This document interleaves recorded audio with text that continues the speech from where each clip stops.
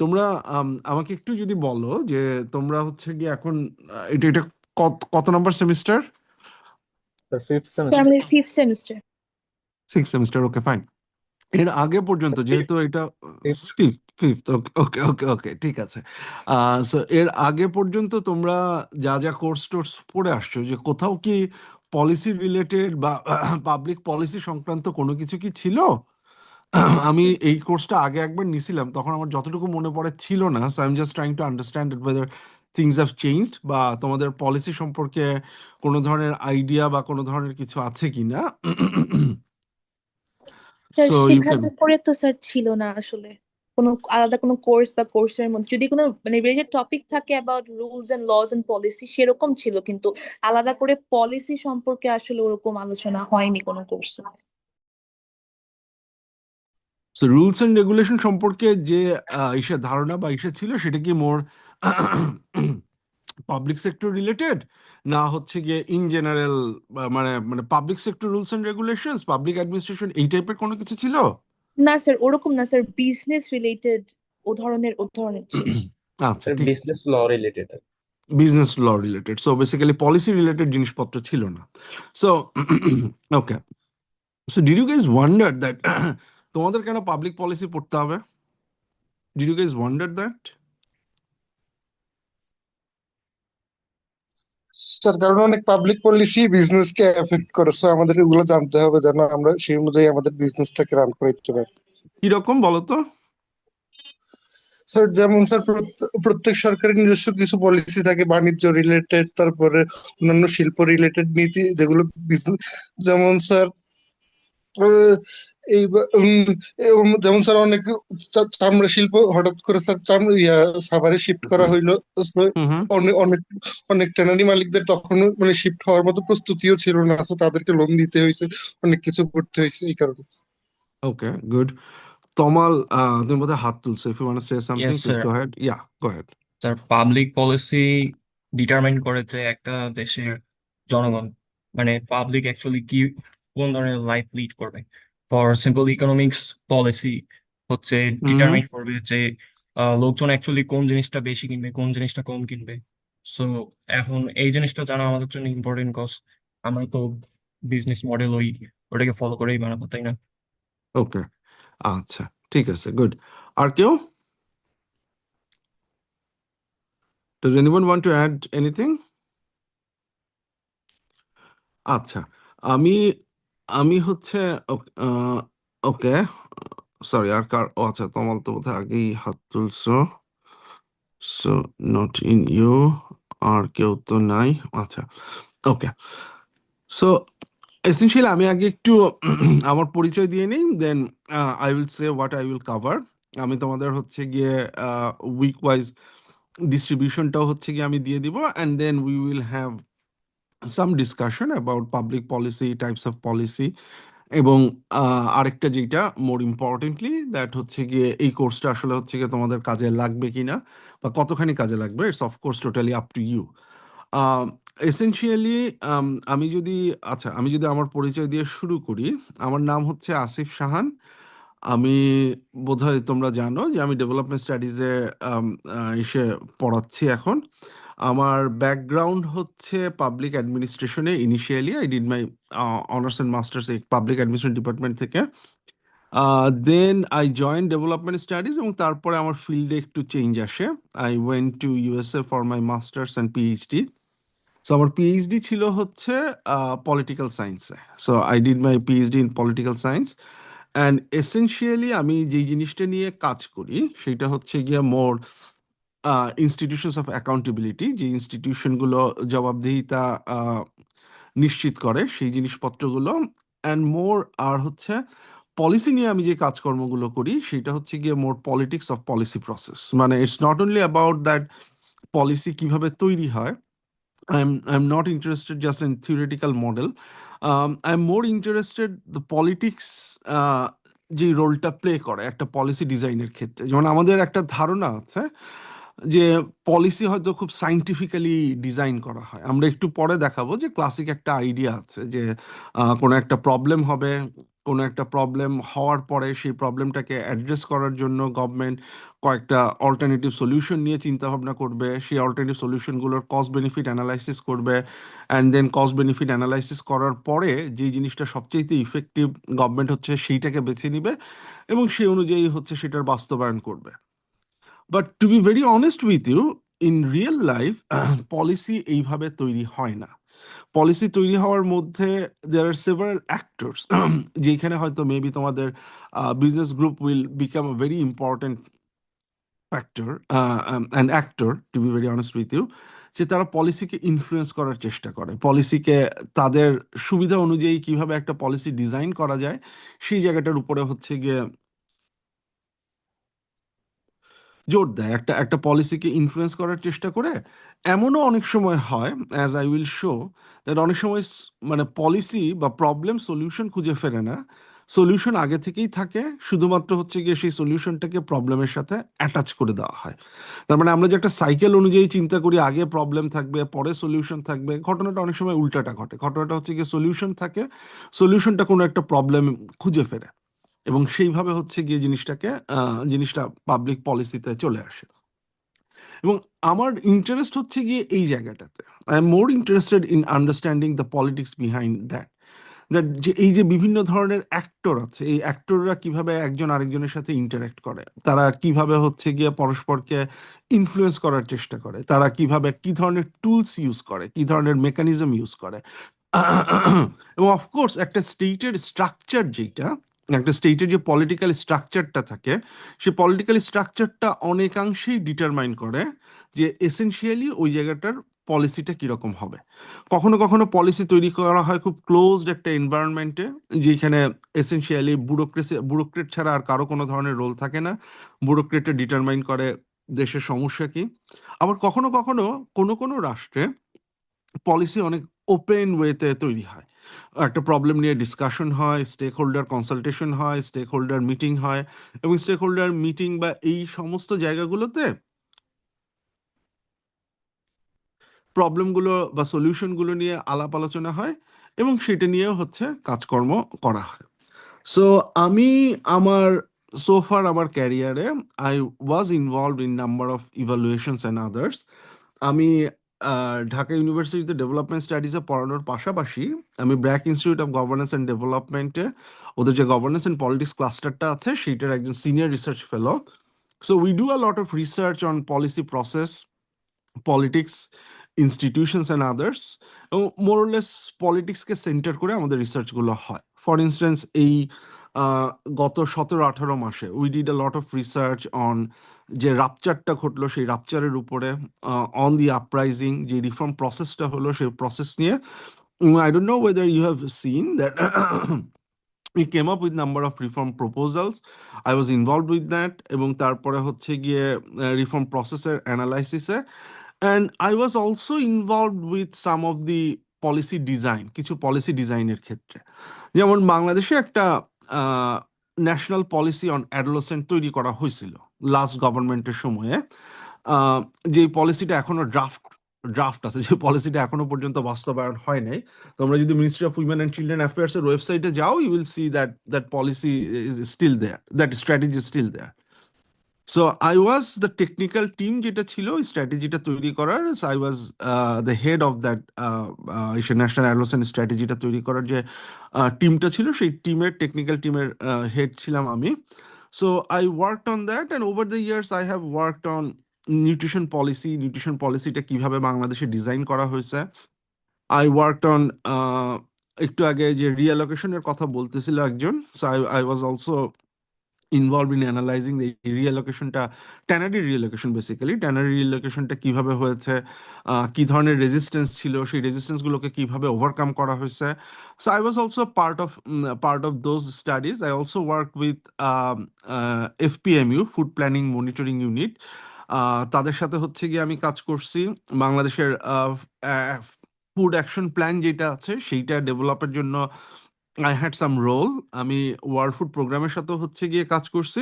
So in general government policy নিয়ে, তারপরে A two I এর কাজকর্ম নিয়ে আই হ্যাড সাম এক্সপিরিয়েন্স। আমার যে খুব বেশি এক্সপিরিয়েন্স আছে বা খুব ভালো জানি তা না, but I had some experience. So and as I said that in working on those policies and others, I mostly focused on the politics behind that.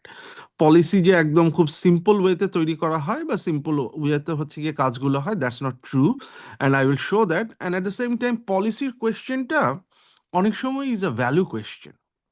Value question বলতে যে পলিসি সবসময় সাইন্টিফিক্যালি যেইটা ডিটারমাইন করা হচ্ছে, সেই best পলিসিটা পৃথিবীর কোনো দেশের কোনো গভর্নমেন্টই নেয় না। ফর ইনস্টেন্স, তুমি যদি ইউএস এর দিকে তাকাও, ক্লাইমেট চেঞ্জ পলিসি, ইউএস এর ক্লাইমেট চেঞ্জ পলিসির দিকেও যদি তুমি তাকাও, so USA is not necessarily following the scientific evidence to implement climate change policies or গান পলিসি অর গান কন্ট্রোল পলিসি, এই বা হেলথ পলিসি। কোনো জায়গাতেই হচ্ছে কোনো স্টেট আনফর্চুনেটলি, অ্যান্ড এইটা তোমাদের মাথায় একদম শুরু থেকেই ঢুকায় নাও, যে scientific evidence is important, but public policy is also, এটা যতটা না সায়েন্স তার চেয়ে অনেক বেশি হচ্ছে আর্টস। এখানে এই কারণে নেগোসিয়েশনটা ইম্পর্টেন্ট, এইখানে এই কারণে হচ্ছে গিয়ে তোমার পার্সুয়েশনটা ইম্পর্টেন্ট, এইখানে এই কারণে অ্যাক্টর যারা আছে সেই অ্যাক্টরদের কতখানি রোল, কতখানি শক্তিশালী কে, সেই জিনিসটা হচ্ছে ইম্পর্টেন্ট। সো এই কারণে এই জিনিসপত্রগুলো ওই পলিটিক্যাল লেন্সে হচ্ছে আমাদের দেখতে হয়। এই ক্লাসটাতে আমরা সেই কাজটাই করব। সো আমরা প্রথমত একটা পাবলিক পলিসি জিনিসটা কি এটা একটু বোঝার চেষ্টা করব, and then we will try to understand that public policy, এই যে আমরা যখন কোনো একটা ইস্যু নিয়ে, সরি একটা কোয়েশ্চেন আসছে, সাহিম আজাদ, আমি কি তোমার নাম ঠিক বলছি? Yes, sir. আচ্ছা, সাইমের কোয়েশ্চেনটা ছিল, যদি তোমরা দেখো যে why don't government take policy scientifically, because government can't. কারণ এসেনশিয়ালি যেটা হয় যে ইটস মোর অ্যাবাউট পলিটিক্স। পলিসির সাথে পলিটিক্স খুব ওতপ্রোতভাবে জড়িত। প্রত্যেকটা political party is essentially A rational actor. Rational actor কি করে, সে তার ইউটিলিটি ম্যাক্সিমাইজ করার চেষ্টা করে, ইউটিলিটি ম্যাক্সিমাইজ করার চেষ্টা করে। আমি আরেকটু ব্যাখ্যা করে বলি, হ্যাঁ। এসেনশিয়ালি যে জিনিসটা ইম্পর্টেন্ট, একটা পলিটিক্যাল পার্টি সে আসলে কি চায় বলতো? একটা যে কোনো একটা রাজনৈতিক দল সে কি চায়, তার আশা আকাঙ্ক্ষাটা কি? স্যার সে যেন ক্ষমতায় থাকতে পারে। Very good. এই তো, তোমরা তো অনেক বুদ্ধিমান, মূল সমস্যা মূল জিনিস একদম শুরুতেই বুঝে ফেলছো। So, একটা পলিটিক্যাল পার্টি যেই জিনিসটা চায় সেটা হচ্ছে সে ক্ষমতায় থাকতে চায়, বা সে যদি ক্ষমতার বাইরে থাকে সে হচ্ছে গিয়ে ক্ষমতায় আসতে চায়। এখন এই ক্ষমতায় আসার জন্য সে যা দরকার সে তাই করবে। এইখানে জনগণের জন্য কাজ করা, public welfare, all of those are BS, এগুলোর কোনো মূল্য নেই। এইটা তখনই মূল্যবান যখন এইটা হচ্ছে গিয়ে তার ক্ষমতায় আসার জন্য ইউজফুল। এবং এই কারণে পাবলিক পলিসি যখন তুমি সাইন্টিফিক্যালি ডিজাইন করো, সাইন্টিফিক্যালি বেস্ট আউটকাম যেইটা, পলিটিক্যাল পার্টি যে জিনিসটা চিন্তা করবে, আমি যদি হচ্ছে এই পলিসিটা নেই তাহলে এসেনশিয়ালি এইটা আমাকে ক্ষমতায় যেতে হেল্প করবে কিনা, এটা আমাকে ক্ষমতায় যাওয়ার পসিবিলিটিটাকে বাধাগ্রস্ত করবে কিনা, এটা আমাকে বেশি ভোট পেতে হেল্প করবে কিনা, এটা আমার ভোট কমায় দিবে কিনা। এই যে ভোটের হিসাবটা, দিস ইজ অ্যাকচুয়ালি ফান্ডামেন্টাল। এবং এই ফান্ডামেন্টাল জায়গা থেকেই যে ঘটনাটা ঘটে, যে কারণে হচ্ছে গিয়ে পলিসিগুলা সবসময় হচ্ছে গিয়ে তোমার সে তার সাইন্টিফিক পলিসি নিতে পারে না বা নেয় না। এখন আমি তোমাদের একটা একটা ঘটনা বলি, তাহলে ইউ উইল আন্ডারস্ট্যান্ড সামথিং। 2000 কত 2004-এ, হ্যাঁ 2004-এ আমেরিকায়, তোমাদের মনে আছে যে জর্জ বুশ দাঁড়াইছিল ইলেকশনে এবং তার সাথে জন ক্যারি দাঁড়াইছিল, মনে আছে কারো? ইউএস এর প্রেসিডেন্সিয়াল ইলেকশনে কারো মনে আছে? না অনেক ছোট ছিল তখন? স্যার স্যার ছোট তখন অনেক ছোট ছিল না? আচ্ছা ঠিক আছে, স্যার ওটা তো ছোট ছিলাম কিন্তু জানা হয়েছিল স্যার। আচ্ছা রাইট, মানে 22 বছর আগের ঘটনা। আচ্ছা, So I heard this story from a journalist. উনি এসে বলতেছেন যে উনি ইলেকশনটা কভার করতেছিলেন, হ্যাঁ। সো বুশের মানে জন কেরির যেটা ইয়ে ছিল, কি বলেন, ক্যাম্পেইন ছিল যে he wanted to provide universal health care, সবার জন্য হেলথ কেয়ার নিশ্চিত করা। বুশ এরকম কোনো কিছুর দিকে যান নাই। তো ওয়েস্ট ভার্জিনিয়া হচ্ছে আমেরিকার একটা স্টেট, যেই স্টেটে হেলথ কেয়ারের অবস্থা সবচেয়ে খারাপ, মানে মানুষজন হেলথ কেয়ারের অভাবে তীব্রভাবে ক্ষতিগ্রস্ত হয়। সো স্বাভাবিক কি, মানুষজন যেহেতু হচ্ছে গিয়ে তোমার হেলথ কেয়ারের জন্য মানে ইসে করতেছে, তো যেই প্রেসিডেন্ট হেলথ কেয়ার অফার করবে তাকেই তো তারা ভোট দিবে। সো উনি ওয়েস্ট ভার্জিনিয়াতে যে দেখলেন ম্যাক্সিমাম মানুষজন will vote for George Bush, not necessarily they will vote for John Kerry. He was trying to understand that কেন, মানে কেন জন কেরিকে না, কেন হচ্ছে গিয়ে হেলথ সেটা ইম্পর্টেন্ট না। সো উনি একটা পাবে বসে অনেকের সাথে কথা বলে বোঝার চেষ্টা করলেন যে তোমাদের লজিকটা কি, কেন তোমরা বুশকে ভোট দিবা। বলে যে না না, তুমি বুঝতেছো না, আমাদের বন্দুক বা আমাদের গান আমাদের কাছে খুবই ইম্পর্টেন্ট। জন কেরি আসলে আমাদের বন্দুক বা গান আমাদের কাছ থেকে কেড়ে নিবে, আমরা এইটা সহ্য করব না। তো উনি বললেন যে ওকে ফাইন, প্রথম কথা হচ্ছে গিয়ে এই কথাটা সত্যি না। সেকেন্ড কথা হচ্ছে আমি যদি ধরেও নেই যে জন কেরি তোমার কাছ থেকে গান কেড়ে নিবে, কিন্তু তোমার আসলে কোনটা বেশি দরকার? তোমার কি হচ্ছে গিয়ে গান বেশি দরকার, না তোমার হেলথ কেয়ার দরকার, তোমার ইন্স্যুরেন্স দরকার, কোনটা তোমার কাছে বেশি ইম্পর্টেন্ট?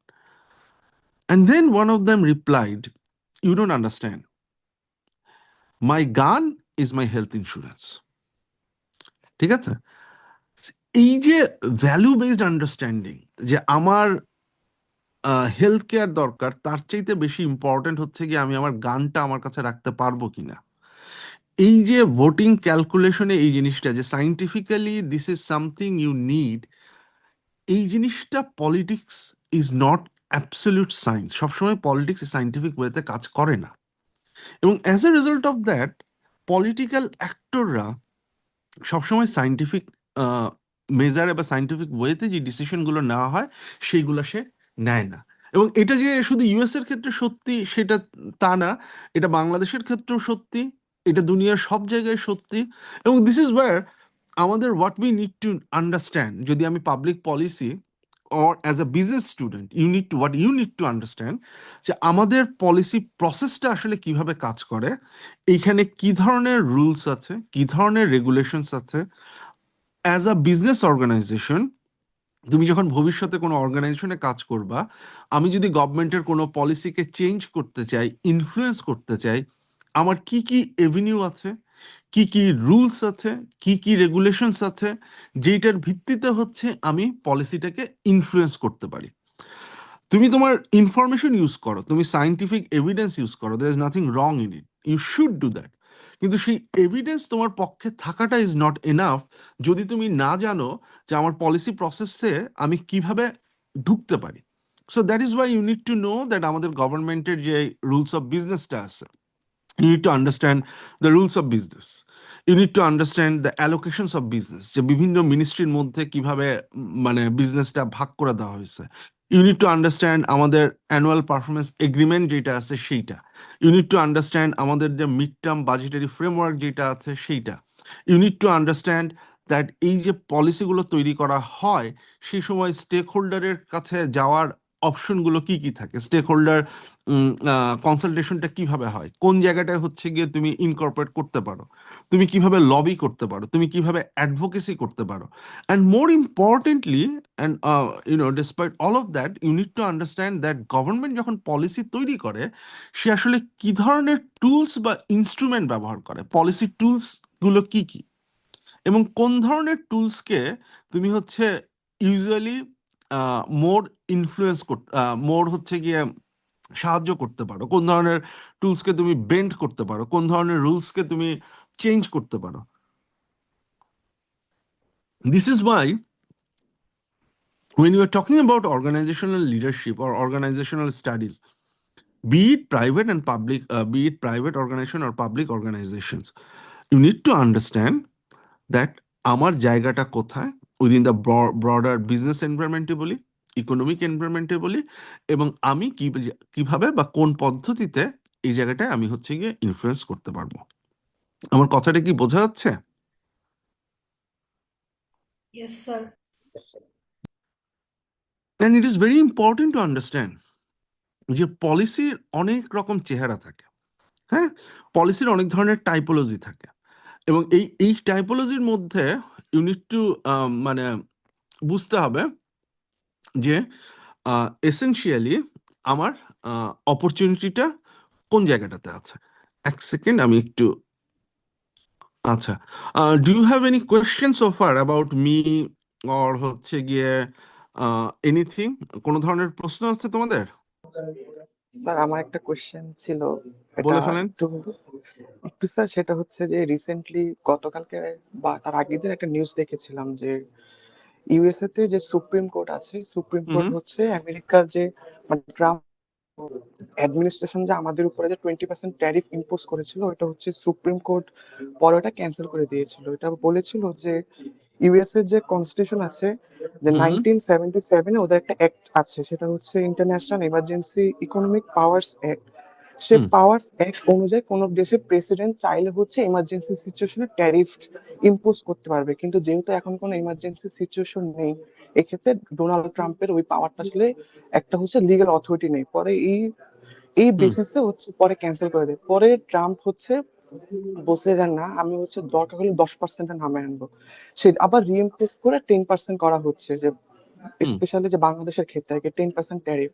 এখন এই যে 10% 20% থেকে সুপ্রিম কোর্ট ক্যান্সেল করলো, পরে আবার 10% করা হচ্ছে।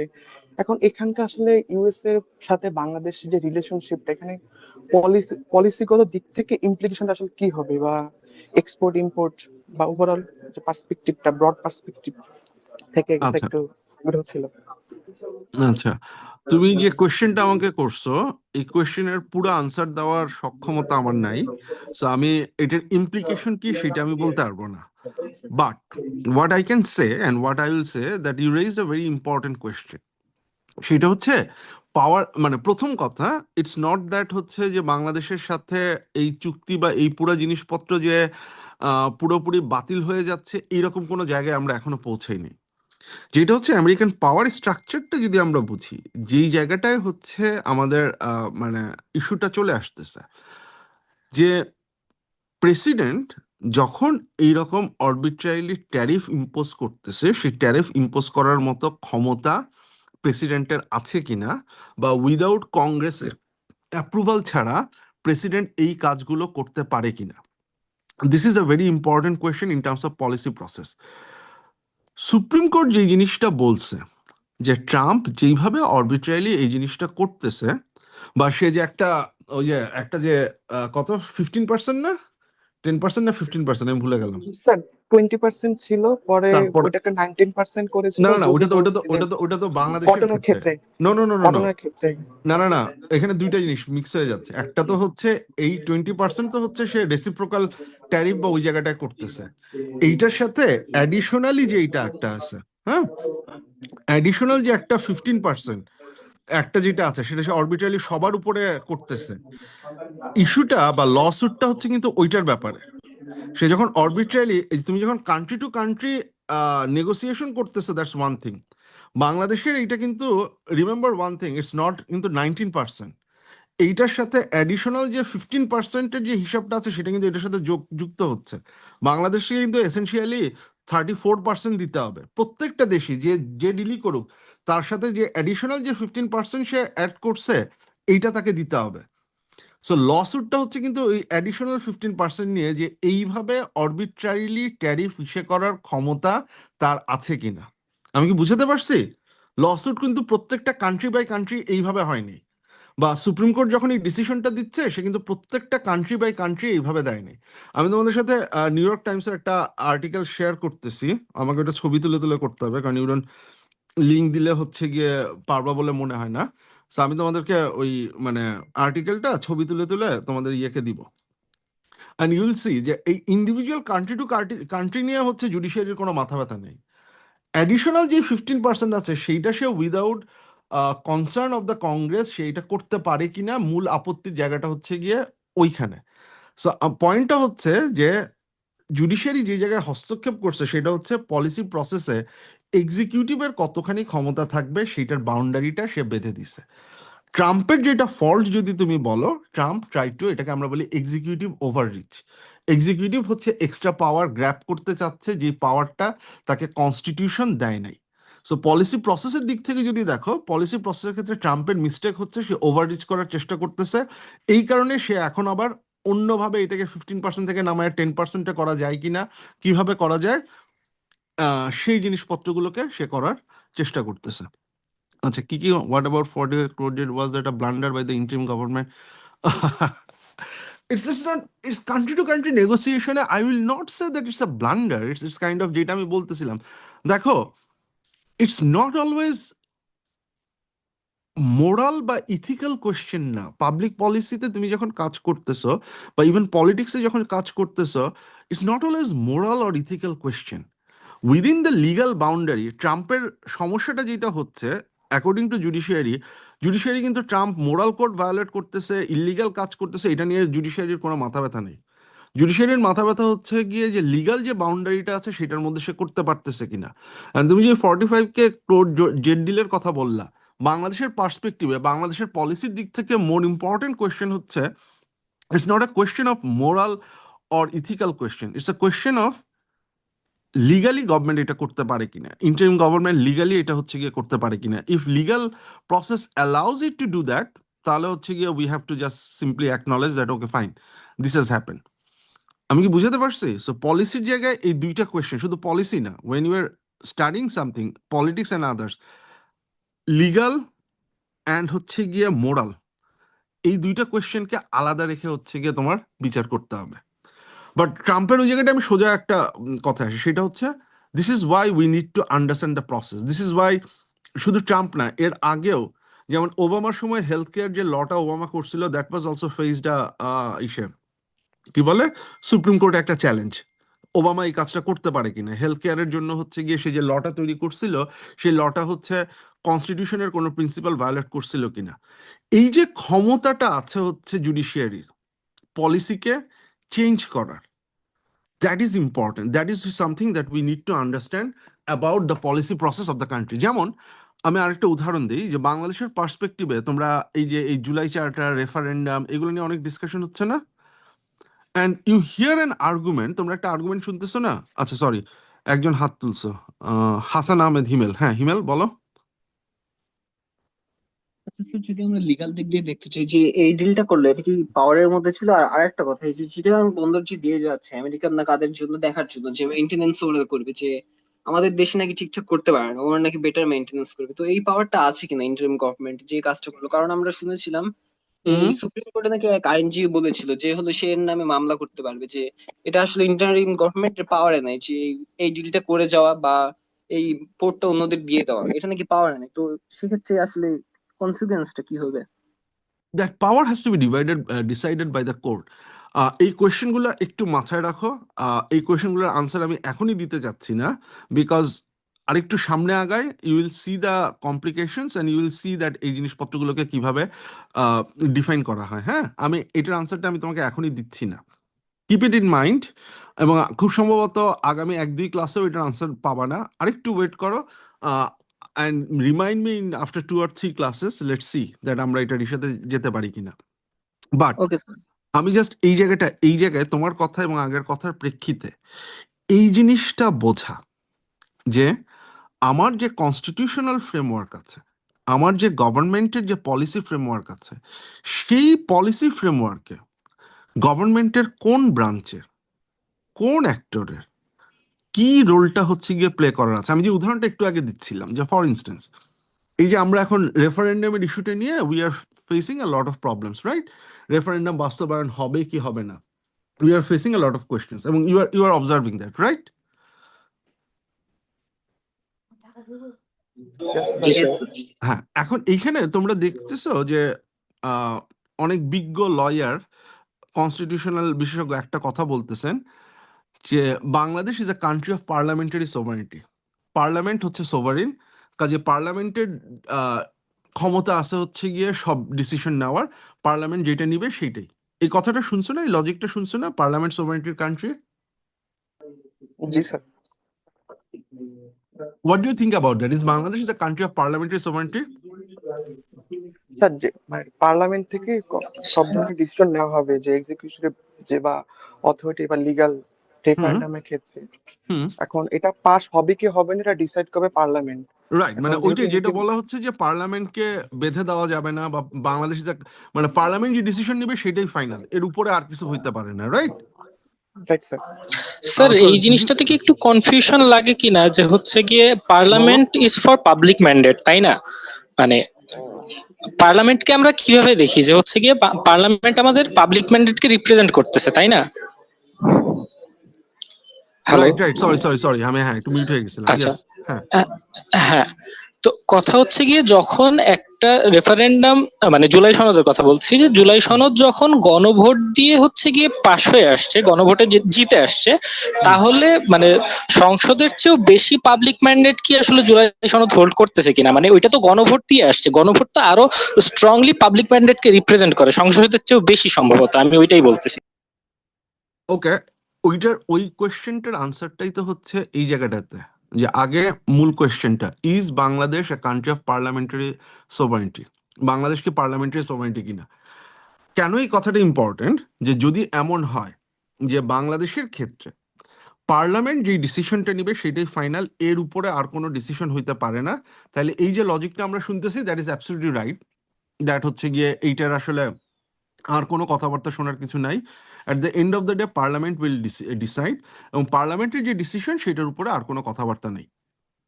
প্রবলেম হচ্ছে বাংলাদেশ কি parliamentary, what is parliamentary sovereignty? Policy প্রসেসটা বোঝার জন্য স্ট্রাকচারের দিকে যদি তাকাও, পার্লামেন্টারি সোভারেন্টি বলতে যেটা সিম্পলি বোঝায় যে final decision will be taken by the parliament, এবং একটা পার্লামেন্টে যে ডিসিশন নেওয়া হবে সেইটাকে র্যাটিফাই করার বা সেটাকে চেঞ্জ করার সকল ক্ষমতার উৎস হচ্ছে আরেকটা পার্লামেন্ট। মানে parliament can only just make decisions, পার্লামেন্টের ডিসিশনের উপরে আর কোনো ডিসিশন নাই। But the issue is Bangladesh is not that country. বাংলাদেশে আমরা অতীতে দেখছি যে পার্লামেন্টের অনেক বিল, অনেক অ্যামেন্ডমেন্ট জুডিশিয়ারি পরবর্তীতে বাতিল ঘোষণা করছে। তো বাংলাদেশ যদি পার্লামেন্টারি সোভারেনিটির কান্ট্রি হয়, তাহলে তো জুডিশিয়ারির কোনো ক্ষমতা থাকার কথা না, যে পার্লামেন্ট দ্বারা যে ল করা হয়েছে, পার্লামেন্ট দ্বারা যে কনস্টিটিউশনাল অ্যামেন্ডমেন্ট করা হয়েছে, সেই কনস্টিটিউশনাল অ্যামেন্ডমেন্টকে বাতিল করার কোনো ক্ষমতা তো জুডিশিয়ারির থাকার কথা না, থাকার কথা। If I am sovereign, sovereign মানে কি? সভারেন মানে হচ্ছে যে I am the final decision maker. আমি যদি ফাইনাল ডিসিশন মেকার হই, তাহলে এসেনশিয়ালি আমার ডিসিশনটাকে অল্টার করে দেওয়ার ক্ষমতা কি কারো থাকার কথা?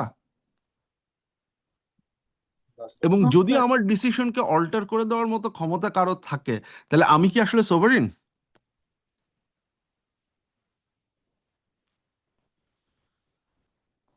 No sir. তাহলে essentially Bangladesh is not a country of parliamentary sovereignty. তাহলে আসলে Bangladesh is a country of constitutional supremacy, কারণ কনস্টিটিউশন বলে দিচ্ছে যে পার্লামেন্ট যদি কোনো সার্টেন ডিসিশন নেয় যেইটা রাষ্ট্রের কতগুলো স্ট্রাকচারাল কোয়েশ্চেনকে যদি ভায়োলেট করে, তাহলে সেই ডিসিশনগুলোকে কোর্টে চ্যালেঞ্জ করা যাবে, এবং কোর্ট যদি মনে করে যে এই ঘটনাগুলো ঘটছে, তাহলে হচ্ছে গিয়ে এসেনশিয়ালি জুডিশিয়ারি সেটাকে বাতিল করতে পারবে। এখন এই ক্ষমতাগুলো কোথা থেকে আসে? এই যে এই জায়গায় আসো যে রেফারেন্ডামের কথাটা বলতেছিলাম, যে আমাদের কনস্টিটিউশন বলতেছে যে প্রজাতন্ত্রের সকল ক্ষমতার উৎস হচ্ছে জনগণ। জনগণ তার এই ক্ষমতা এক্সারসাইজ করার ডেলিগেশন পাওয়ারটা সে পার্লামেন্টকে দিছে, কিন্তু উৎস তো হচ্ছে সিটিজেন। তাহলে সিটিজেন যদি হচ্ছে গিয়ে উৎস হয়, তাহলে Bangladesh is a country of people's sovereignty, people's will. People's will যদি রিফ্লেক্ট হয় রেফারেন্ডামের মাধ্যমে, তাহলে isn't that something that will get more priority? এটার আনসার আমি জানি না, এটা আমি ধারণা এটা লিগাল একটা চ্যালেঞ্জের মধ্যে দিয়ে এটা যাবে, এবং essentially we will have a discussion. But what I can say that parliamentary সোভারেন্টির কথা যেটা আমরা বলি, it's Bangladesh is not a country of parliamentary sovereignty, England is a country of parliamentary sovereignty. কারণ ইংল্যান্ডের কনস্টিটিউশন লিখিত না, পার্লামেন্ট প্রত্যেকবার যেই ল তৈরি করতেছে that becomes part of their constitution. Parliament বারবার হচ্ছে কি এই চেঞ্জগুলো করতে পারে। So England is a country of parliamentary sovereignty, USA is not a country of parliamentary sovereignty, কারণ তোমরা দেখতেছো judiciary can strike down certain laws. Yes, শুদ্ধ বলো।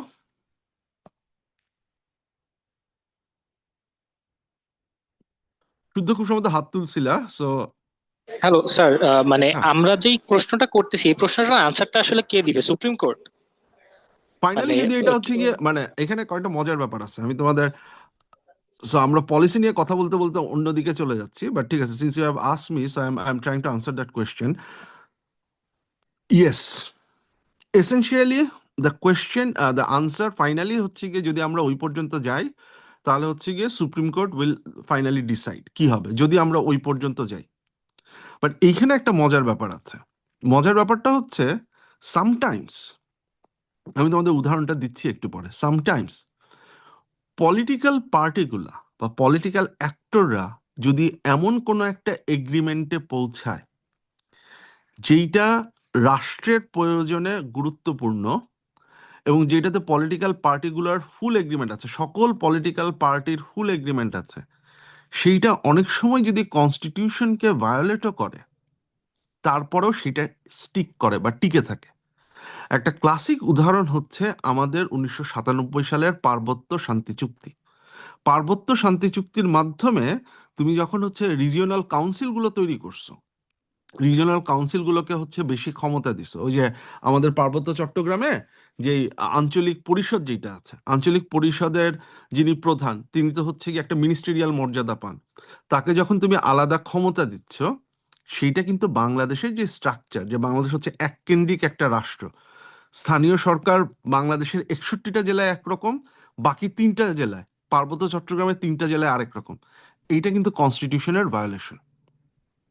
কিন্তু তুমি খেয়াল করে দেখো, আওয়ামী লীগ, বিএনপি, যে পলিটিক্যাল পার্টি যখনই আছে, কেউই কিন্তু এই শান্তি চুক্তির এই যে আঞ্চলিক পরিষদ থাকাটা, তারপরে হচ্ছে গিয়ে শান্তি চুক্তির বিধান অনুযায়ী পার্বত্য চট্টগ্রাম মন্ত্রণালয়ে থাকা, তার যে রোল, তার যে ভেরিয়েশন, যে জিনিসপত্রগুলো আছে, প্রত্যেকটা পলিটিক্যাল পার্টি কিন্তু হচ্ছে গিয়ে সেটাকে মেনে নিছে, কারণ there is an agreement among the political parties, তারা যত যাই বলুক না কেন about this particular thing. So to answer your question, yes, the final arbiter will be Supreme Court, সে ডিসাইড করবে আসলে কোনটা কি। এবং এই কারণেই Bangladesh is not a country of parliamentary sovereignty, কারণ ইচ্ছা করলে সুপ্রিম কোর্ট পার্লামেন্ট যে ডিসিশন নিচ্ছে সেটাকে বাতিল করে দিতে পারে। এই বাতিল করে দেওয়ার ক্ষমতা যতক্ষণ পর্যন্ত তার আছে, ততক্ষণ পর্যন্ত it's not a parliamentary sovereignty. But অনেক সময় পলিটিক্যাল পার্টিগুলোর মধ্যে যদি একটা এগ্রিমেন্ট থাকে, তাহলে হচ্ছে গিয়ে তোমার আমরা অনেক সময় নন কনস্টিটিউশনাল জিনিসপত্রগুলোকেও সামনের দিকে আগায় নিয়ে আসতে পারি। আমার কথাটা কি বোঝা গেছে? And you can realize that how complicated the whole thing is. There is not necessarily a very clear cut answer, and this is the domain of policy and politics যখনই পলিসির সাথে মিশে যায়, ইন্টারাক্ট করে, things gets really really complicated. এটাকে আমরা যতই simplify করার চেষ্টা করি না কেন, we will essentially not get a simplified answer to the whole questions, it will be a complicated. এবং তুমি দেখো এই যে রেফারেন্ডামের আইনি ভিত্তি আছে কি না, এই রেফারেন্ডামের কি আছে না আছে, এই প্রত্যেকটা জিনিসের জন্য তুমি যখন লয়ারদের কথা বলো, lawyers come up with multiple arguments. এক লয়ারের কথার সাথে বা এক কনস্টিটিউশনাল লয়ের এক্সপার্টের সাথে আরেক কনস্টিটিউশনাল লয়ের এক্সপার্টের কথাবার্তা মিলে না। সো এই কারণে ফাইনাল ডিসিশনটা যদি if it goes to supreme court, supreme court যে ডিসিশন নিবে সেটাই হবে হচ্ছে গিয়ে ফাইনাল ডিসিশন। আমার কথা কি বোঝা গেছে? জি sir. So that is why what we need to do, আমরা এই জিনিসটা আমাদের যেটা বোঝা দরকার, যে বাংলাদেশের এই পলিসি ডোমেইনে এই যে বিভিন্ন অ্যাক্টরগুলো আছে, লেজিসলেচার, এক্সিকিউটিভ, জুডিশিয়ারি, এই যে মানে three branches of the government, how they work, how they design policies, এবং পলিসি তৈরি করার ক্ষেত্রে কার হচ্ছে গিয়ে কোন জায়গায় কতটুকু লিমিটেশন থাকে এবং ইসে থাকে। হ্যাঁ মেহেদি বলো। স্যার, আপনি যেটা বললেন যে হচ্ছে ইংল্যান্ডে কোনো রিটেন সংবিধান নাই, বরং পার্লামেন্টে যে ডিসিশন গুলো আসে সেগুলো হচ্ছে আলটিমেটলি তাদের সংবিধান। সো এই লেন্স থেকে তাদেরকে সোভরেইন বলা যায়। এখন স্যার আমার কোশ্চেন হচ্ছে যে আমরা যেটা দেখছি যে বাংলাদেশে হুম। সংসদ হচ্ছে আইন প্রণয়নের ক্ষেত্রে সংবিধানের উপর নির্ভরশীল। এখন স্যার আমাদের সংবিধানে তো 1972 সালে যখন শেখ মুজিবুর রহমান ডক্টর কামাল হোসেনের নেতৃত্বে সংবিধান হুম। প্রণয়ন করেছিলেন, ওখানে তো আমাদের 4টা মূলনীতি এবং কিছু নিয়ম নীতিমালা দেওয়া ছিল। এখন রাইট। পরবর্তীতে যখন স্যার সংসদীয় পদ্ধতিতে সরকার এসেছে, তখন কি তারা এই সংবিধানের বাইরে গিয়ে নিজেদের আইন প্রণয়নের ব্যাপারে কি কোনো ধরনের পাওয়ার গেইন করেছে, বা এটা কি কোনো পলিসি চেঞ্জ করেছিল? ওই যে 2/3 মেজরিটি দিয়ে করেছিল, এবং এর পরে যেটা হয়েছে আমরা দেখেছি যে তোমাদের যদি মনে থাকে 2011-তে আবার যে অ্যামেন্ডমেন্ট হলো সেখানে তো হচ্ছে গিয়ে পুরো প্রসেসটাকে নাল অ্যান্ড ভয়েড ঘোষণা করা হলো। সো যে কারণে যেটা থাকে যে জুডিশিয়ারির হাতে, জুডিশিয়ারি এটাকে যে কোনো সময় চেঞ্জ করতে পারে। আমরা যে এইবার এই রেফারেন্ডামে গেলাম, এর একটা বড় কারণ কিন্তু ছিল এইটা, যে আমরা অনেকগুলো চেঞ্জ বিভিন্ন সময়ে নিয়ে আসছি, কিন্তু কোনো চেঞ্জই at the end of the day sustain করে নাই।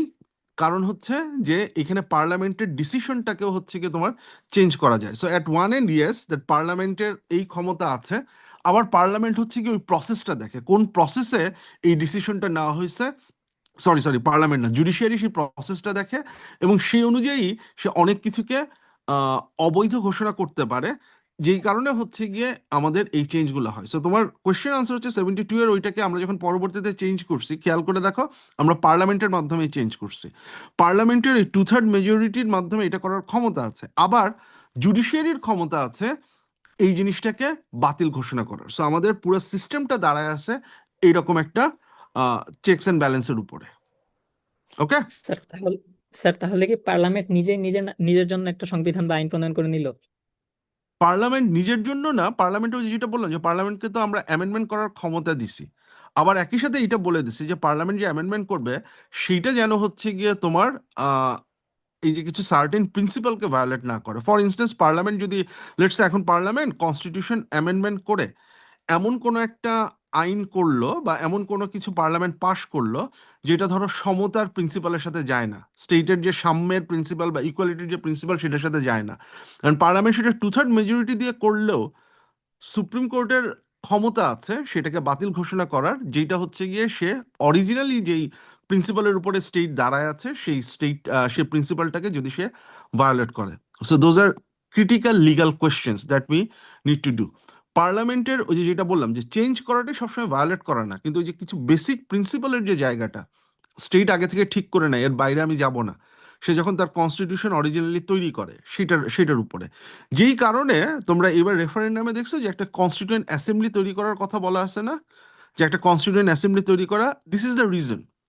কারণ নর্মাল পার্লামেন্টের যতখানি ক্ষমতা থাকে কনস্টিটিউয়েন্ট অ্যাসেম্বলি তার ক্ষমতা থাকে বেশি। কনস্টিটিউয়েন্ট অ্যাসেম্বলিকে চ্যালেঞ্জ করা জুডিশিয়ারির পক্ষে ডিফিকাল্ট, কারণ তুমি যখন জনগণ যখন এগ্রি করতেছে যে আমি এই পার্লামেন্টকে কনস্টিটিউশন বানানোর বা কনস্টিটিউশন চেঞ্জ করার ক্ষমতা দিচ্ছি, ওই যে যেটা বললাম যে জনগণ ক্ষমতার উৎস, জনগণের ওই ক্ষমতার উৎস থেকে প্রাপ্ত এই ক্ষমতা যখন হচ্ছে গিয়ে তুমি কোনো একটা পার্লামেন্টের কোনো একটা অধিবেশনকে দিচ্ছ, তখন জুডিশিয়ারির পক্ষে সেটাকে বাতিল করাটা সিগনিফিকেন্টলি ডিফিকাল্ট হয়ে যায়। সরি, আমরা অনেক বেশি ওই প্রসেসের ইস্যুতে চলে গেলাম, সো ওই জায়গাটাতে আমরা আছি। বাট এনিওয়ে, এই জিনিসপত্রগুলো আমাদের বুঝতে হবে। আমি আগে এই জায়গায় আসতে চাচ্ছিলাম না, but since you ask that we had to sort of cover some of that. But আমি একটু জাস্ট বলি যে আমরা কি কি জিনিসপত্র নিয়ে কথাবার্তা বলবো। First of all we will try to understand public policy কি, পাবলিক পলিসি বলতে আমরা কি বুঝি এবং পাবলিক পলিসির বাউন্ডারিটা কি, কোন কোন জায়গায় হচ্ছে গিয়ে ইটস পাবলিক পলিসি। কারণ essentially you need to understand something, that public policy সবসময়, যে কোনো পলিসি সবসময় ইন্ডিভিজুয়াল রাইটসকে ভায়োলেট করতে পারে না। সিটিজেনের যে রাইট, সিটিজেনের যে অধিকার, গভর্নমেন্ট সবসময়ই হচ্ছে গিয়ে আমাকে সবকিছু করতে বাধ্য করতে পারে না। একটা স্টেটে পলিসির একটা সার্টেন বাউন্ডারি আছে, সো আমাকে ওই বাউন্ডারিটা বুঝতে হবে, কোন জায়গাটা ইন্ডিভিজুয়ালের অধিকারের প্রশ্ন আর কোন জায়গাটা স্টেট হচ্ছে গিয়ে আমাকে বাধ্য করতে পারে। এইটা একটা ক্রিটিক্যাল কোয়েশ্চেন, এবং এই কোয়েশ্চেনটা পৃথিবীর বিভিন্ন রাষ্ট্র বিভিন্নভাবে অ্যাড্রেস করার চেষ্টা করছে। আমরা কিভাবে চেষ্টা করছি সেটা আমি একটু পরে বলতেছি। So we will talk about this পলিসির টাইপোলজি, এই জিনিসপত্রগুলো নিয়ে, and then will talk about, যেটা আমি বলবো যে পলিসিটা যত না বেশি সাইন্টিফিক তার চেয়ে বেশি হচ্ছে পলিটিক্স। এবং এই পলিটিক্সটা যদি আমরা বুঝতে চাই তাহলে হচ্ছে কি আমাদের কতগুলো থিওরিটিক্যাল মডেল একটু বোঝা দরকার, যে পলিসি আসলে কিভাবে তৈরি হয়, পলিসি তৈরি হওয়ার প্রক্রিয়াগুলো কি কি। So there are some models, যেমন দের ইজ ওয়ান মডেল যেটাকে আমরা বলি মাল্টিপল স্ট্রিম ফ্রেমওয়ার্ক।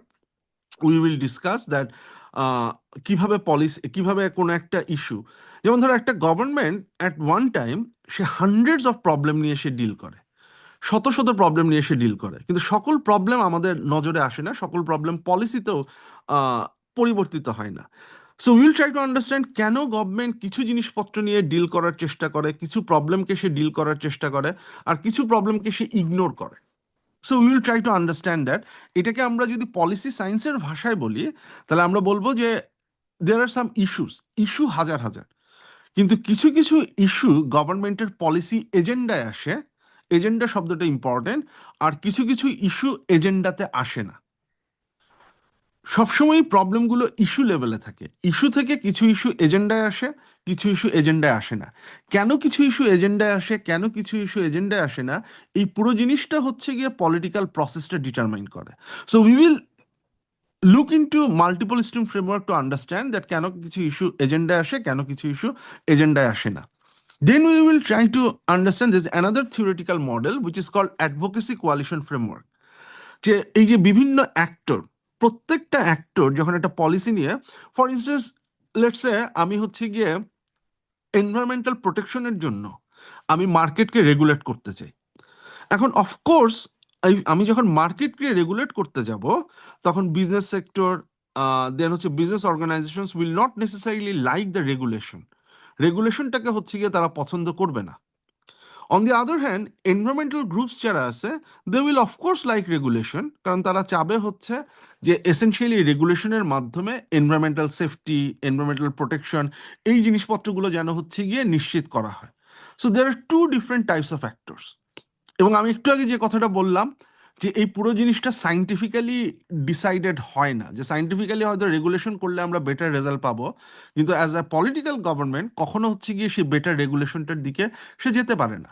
তখন সে কি করে, এই অ্যাক্টরদের নিজেদের মধ্যে নেগোসিয়েশন হয়, বার্গেনিং হয়, তার মাধ্যমে আমরা যে পলিসিটা পাই সেই পলিসিটা হচ্ছে গিয়ে এই বার্গেনিং এর আউটকাম। এবং মাথায় রাখো এই বার্গেনটা সবসময় ইটস অ্যাসিমেট্রিক পলিটিক্যাল বার্গেন, মানে এই বার্গেনে সকল শক্তি বা সকল অ্যাক্টর সমান শক্তি নিয়ে আসে না, কেউ কেউ বেশি পাওয়ারফুল, কেউ কেউ কম পাওয়ারফুল।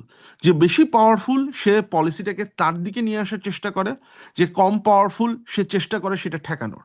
আমরা যে পলিসিটা পাই সেই পলিসিটা হচ্ছে গিয়ে সেই বার্গেইনের আউটকাম, বার্গেইনের ফলে ফাইনালি আমরা কি পলিসিটা পাচ্ছি।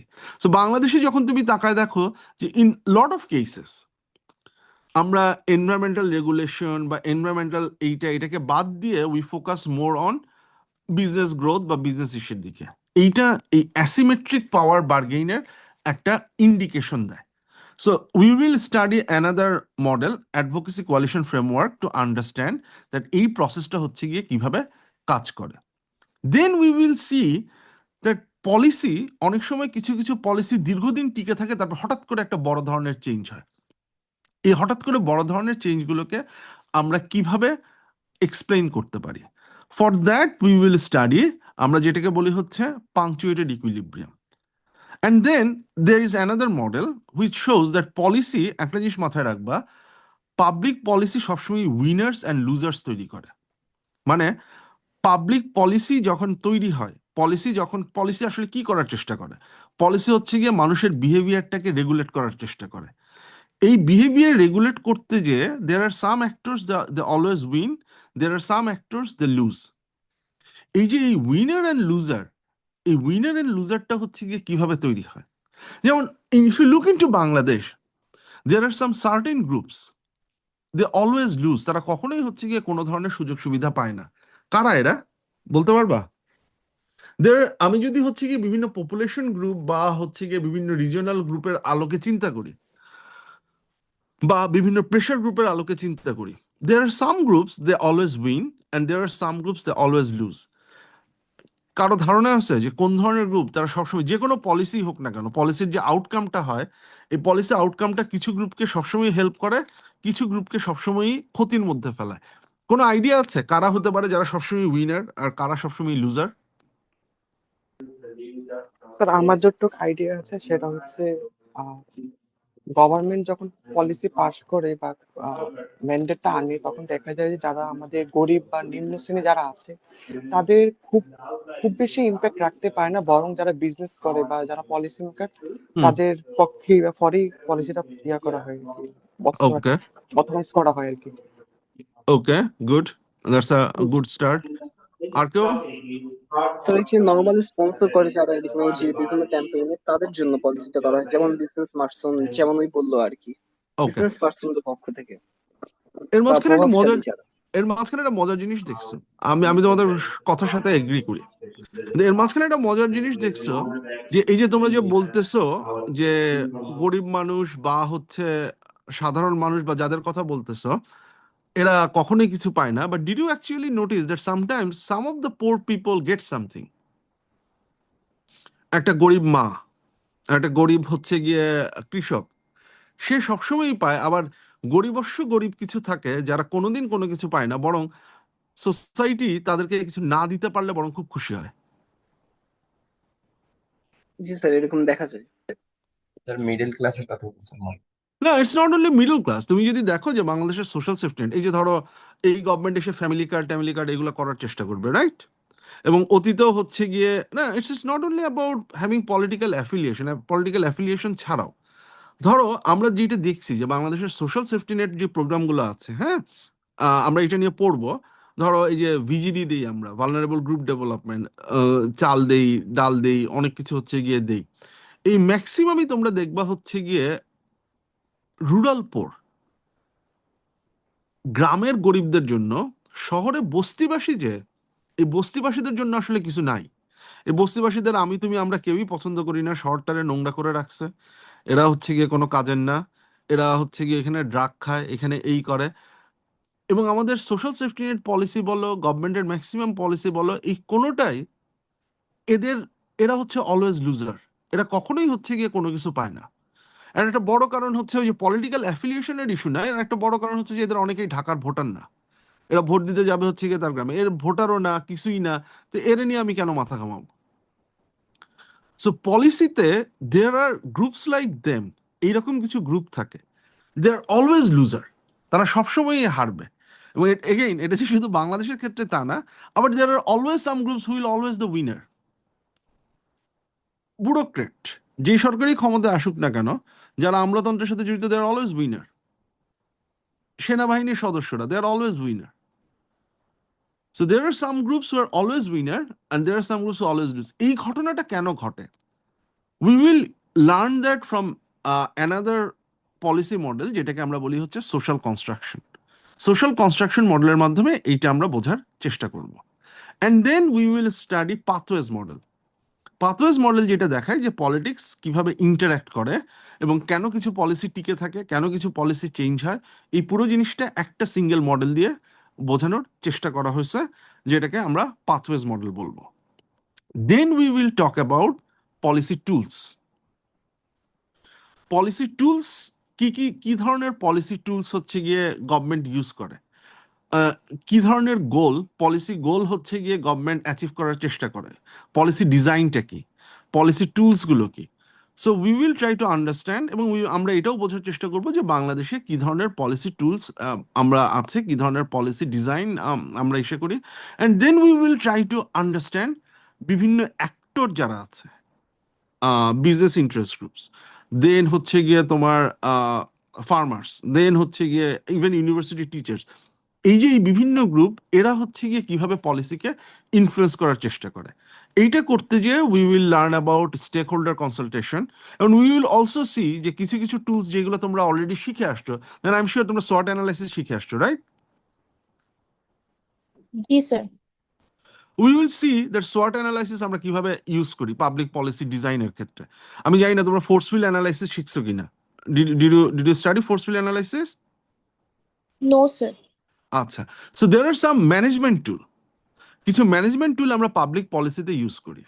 স্টেক হোল্ডার অ্যানালাইসিস তো একটা, এছাড়া হচ্ছে গিয়ে উই অলসো এই যে যেটা ফোর্সফিল অ্যানালাইসিসের কথা বললাম, there is multi criteria analysis that we also use. সোয়াট অ্যানালাইসিসের কথা বললাম, and also there is problem tree analysis. I don't know তোমাদের কি প্রবলেম ট্রি অ্যানালাইসিস করানো হয়েছে?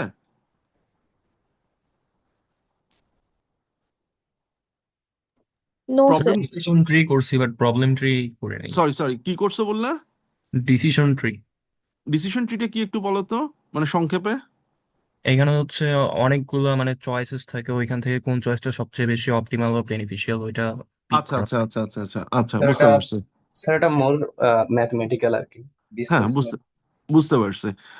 আচ্ছা, না প্রবলেম ট্রি একটু ডিফারেন্ট, বাট ঠিক আছে। So these are the analysis that we will C, যে এই জিনিসপত্রগুলো হচ্ছে গিয়ে কিভাবে কাজ করে। সো এসেনশিয়ালি এই থ্রু আউট দ্য কোর্স আমরা হচ্ছে গিয়ে এই প্রথমত এই পলিসি প্রসেসের মডেলগুলো জানার চেষ্টা করব, পলিসি ডিজাইন কিভাবে হয়, পলিসি টুল কিভাবে কাজ করে এটা জানার চেষ্টা করব, and we will also try to see এই যে বিভিন্ন ধরনের অ্যাক্টররা কিভাবে কাজ করতেছে এইটা আমরা হচ্ছে গিয়ে বোঝার চেষ্টা করব। সো মোরলেস এই জিনিসপত্রগুলো আমরা এই কোর্সে কভার করব। কারো কোনো কোয়েশ্চেন আছে সোফার?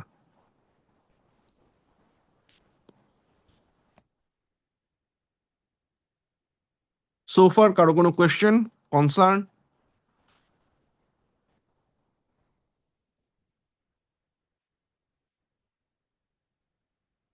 নাই?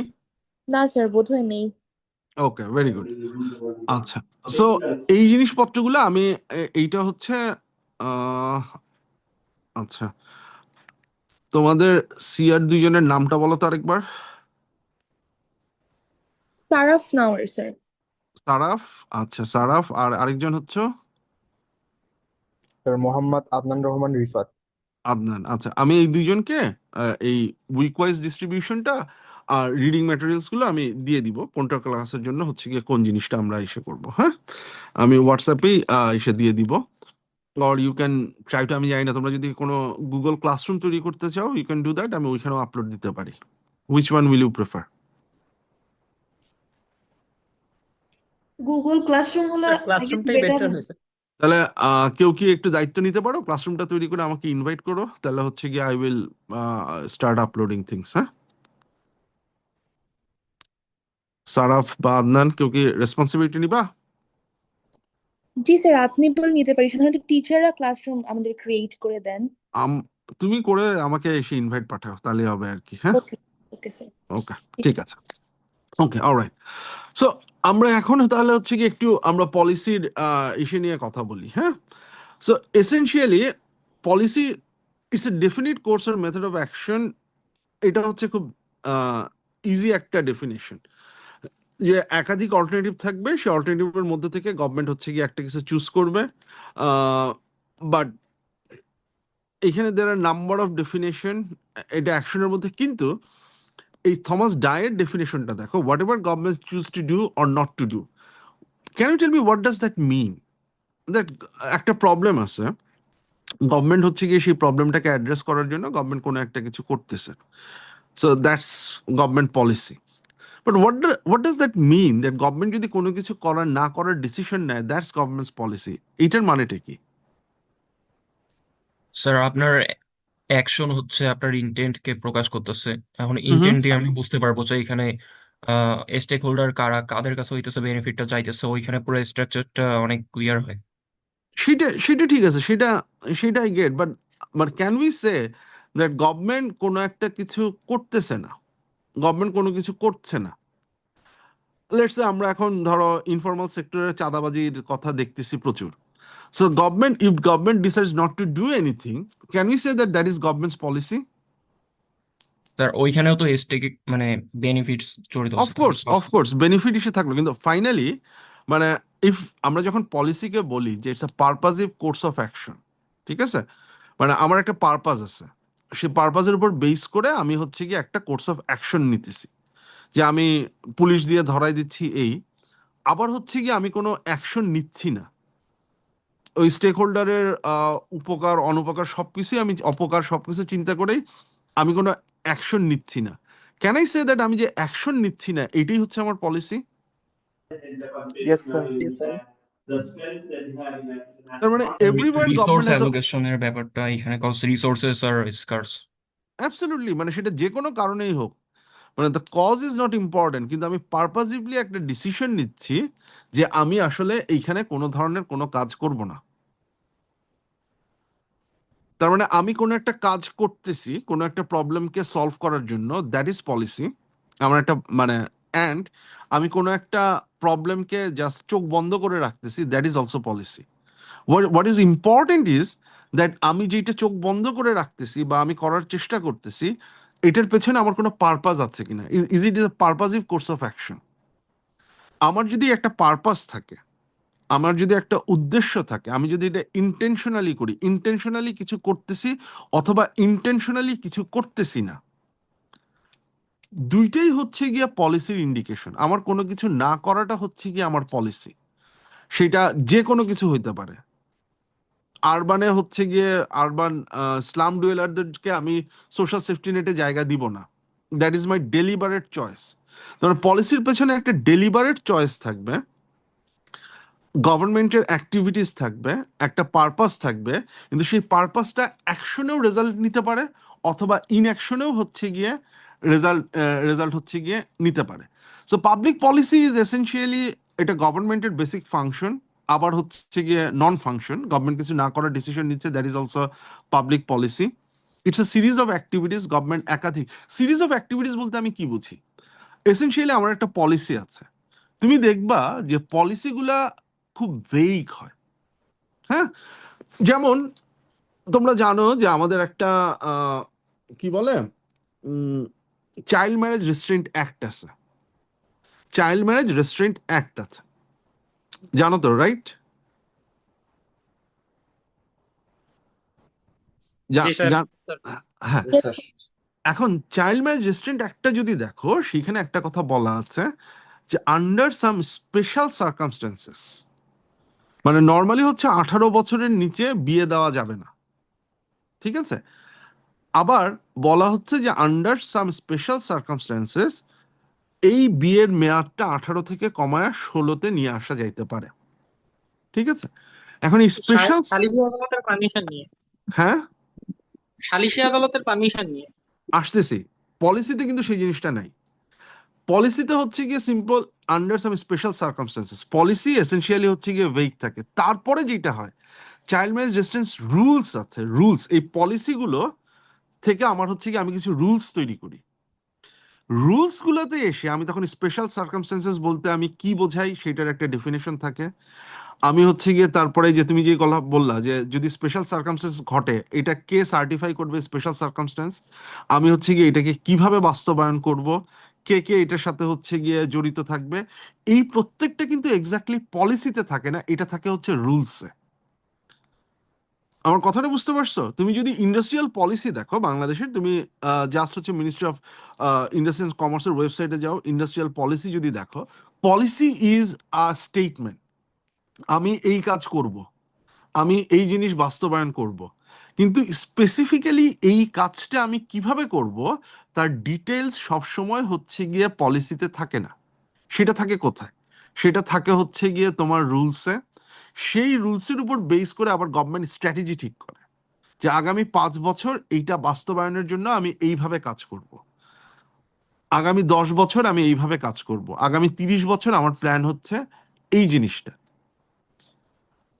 সো আমি এখন তাহলে যখন আমি পলিসি বলতেছি, পলিসি বলতে কিন্তু আমি শুধুমাত্র ওই যে পলিসি ডকুমেন্টটা যেটা আছে ইন্ডাস্ট্রিয়াল পলিসি বা হচ্ছে গিয়ে আমার এনভায়রনমেন্টাল পলিসি, আমি কিন্তু শুধু ওইটাকে বোঝাচ্ছি না। আর সিরিজ অফ অ্যাক্টিভিটিস মিনস এই পলিসি থেকে আমি যে রুলসগুলো নিয়ে আসতেছি, এই রুলসগুলোর আন্ডারে আমি যে স্ট্র্যাটেজিটা ঠিক করতেছি, সেই স্ট্র্যাটেজি অনুযায়ী আমি আমার ইনস্টিটিউশনকে যেভাবে সাজাচ্ছি, এই সিরিজ অফ অ্যাক্টিভিটিস পুরোটাই আমার পাবলিক পলিসির মধ্যে পড়বে। আমি কি বুঝাতে পারছি? So policy is not simply the document that you read, এইটার পরে আরো যেই সব হচ্ছে গিয়ে জিনিসপত্র লাগে, এই প্রত্যেকটা মিলে হচ্ছে গিয়ে আমার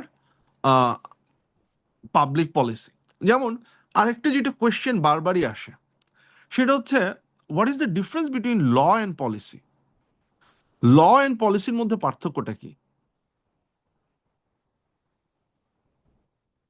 বা পার্লামেন্টে আমরা বিভিন্ন সময় বিল পাশ করি না, পার্লামেন্ট বসবে আর কিছুদিন পরে পার্লামেন্টে অনেকগুলো বিল পাস হবে, এই বিলগুলো কি পলিসি? স্যার বিলগুলোই তো ল। ফাইন, বিলগুলাই ল, ওকে, মানে এই স্যার লগুলো একটা কি পলিসি, পলিসি? স্যার একটা পলিসিকে যে স্ট্রাকচার দিয়ে লেজিটিমেসি দেওয়া হয় সেটাই হচ্ছে ল। ইয়েস, বাট এখানে স্যার হ্যাঁ বলো বলো। পলিসিটা বোধ হয় মেবি ব্রড লাইনে আমরা আগে ফিলোসফিটা ঠিক করি যে আমরা আসলে কেমনে চলবো। হুম হুম ফিলোসফিটা স্ট্যান্ড করার পরে হচ্ছে কি আমরা লিগ্যাল রুল গুলো মানে যেই রুল আর ল ওগুলা স্ট্যান্ড করাই পলিসিটার উপরে বেস করে, ওই ফিলোসফিটার উপর বেস করে যে আমরা যে ফিলোসফিটা শুরুতে ঠিক করছি যে এইটাই হবে আমাদের হুম পলিসি, সামনে আমরা এইভাবে রান করবো। হুম ইউ আর পার্শিয়ালি রাইট। এখানে আরেকটা জিনিস আছে যেটা যেটা হচ্ছে কি ইম্পর্টেন্ট। আমরা যখন রুলস গুলো তৈরি করি আন্ডার পলিসি, সব রুলস কিন্তু তোমার পার্লামেন্টের থ্রুতে পাশ হয়ে আসতে হয় না। অনেকগুলো রুলস মিনিস্ট্রি যে আছে সেই মিনিস্ট্রির হচ্ছে গিয়ে তার ক্ষমতা থাকে সেই রুলস গুলো তৈরি করার। তোমার যখন তুমি একটা পলিসি তৈরি করতেছো, পলিসি অনুযায়ী যখন তুমি রুলস বানাচ্ছ, তখন যদি এমন হয় এক্সিস্টিং কোনো ল আইদার আইদার এটা বাস্তবায়ন করার জন্য আমার এক্সিস্টিং কোনো ল নাই, আমি কোনো একটা পলিসি তৈরি করছি, এই পলিসিটা বাস্তবায়ন যে আমি করব সেটার জন্য হচ্ছে কি আমার এক্সিস্টিং কোনো ল নাই, আমাকে নতুন ল তৈরি করতে হবে এই পলিসিটা বাস্তবায়ন করার জন্য, তখন পার্লামেন্ট লাগবে, তখন অ্যাক্ট লাগবে। বা আমি কোনো একটা পলিসি তৈরি করতেছি, যে পলিসিটা বাস্তবায়ন করতে গেলে এসেনশিয়ালি আমার এক্সিস্টিং যে লটা আছে সেই লটার সাথে এটা কনফ্লিক্ট করতেছে, এই ল দিয়ে আমি এই পলিসিটা বাস্তবায়ন করতে পারবো না, তখন হচ্ছে কি আমাকে সেই লটাকে আবার চেঞ্জ করতে হচ্ছে। মূল কথাটা হচ্ছে সকল পলিসি ল না, কিন্তু at the end of the day সকল ল পলিসির অংশ হবে, যেহেতু এটা সিরিজ অফ অ্যাক্টিভিটিস।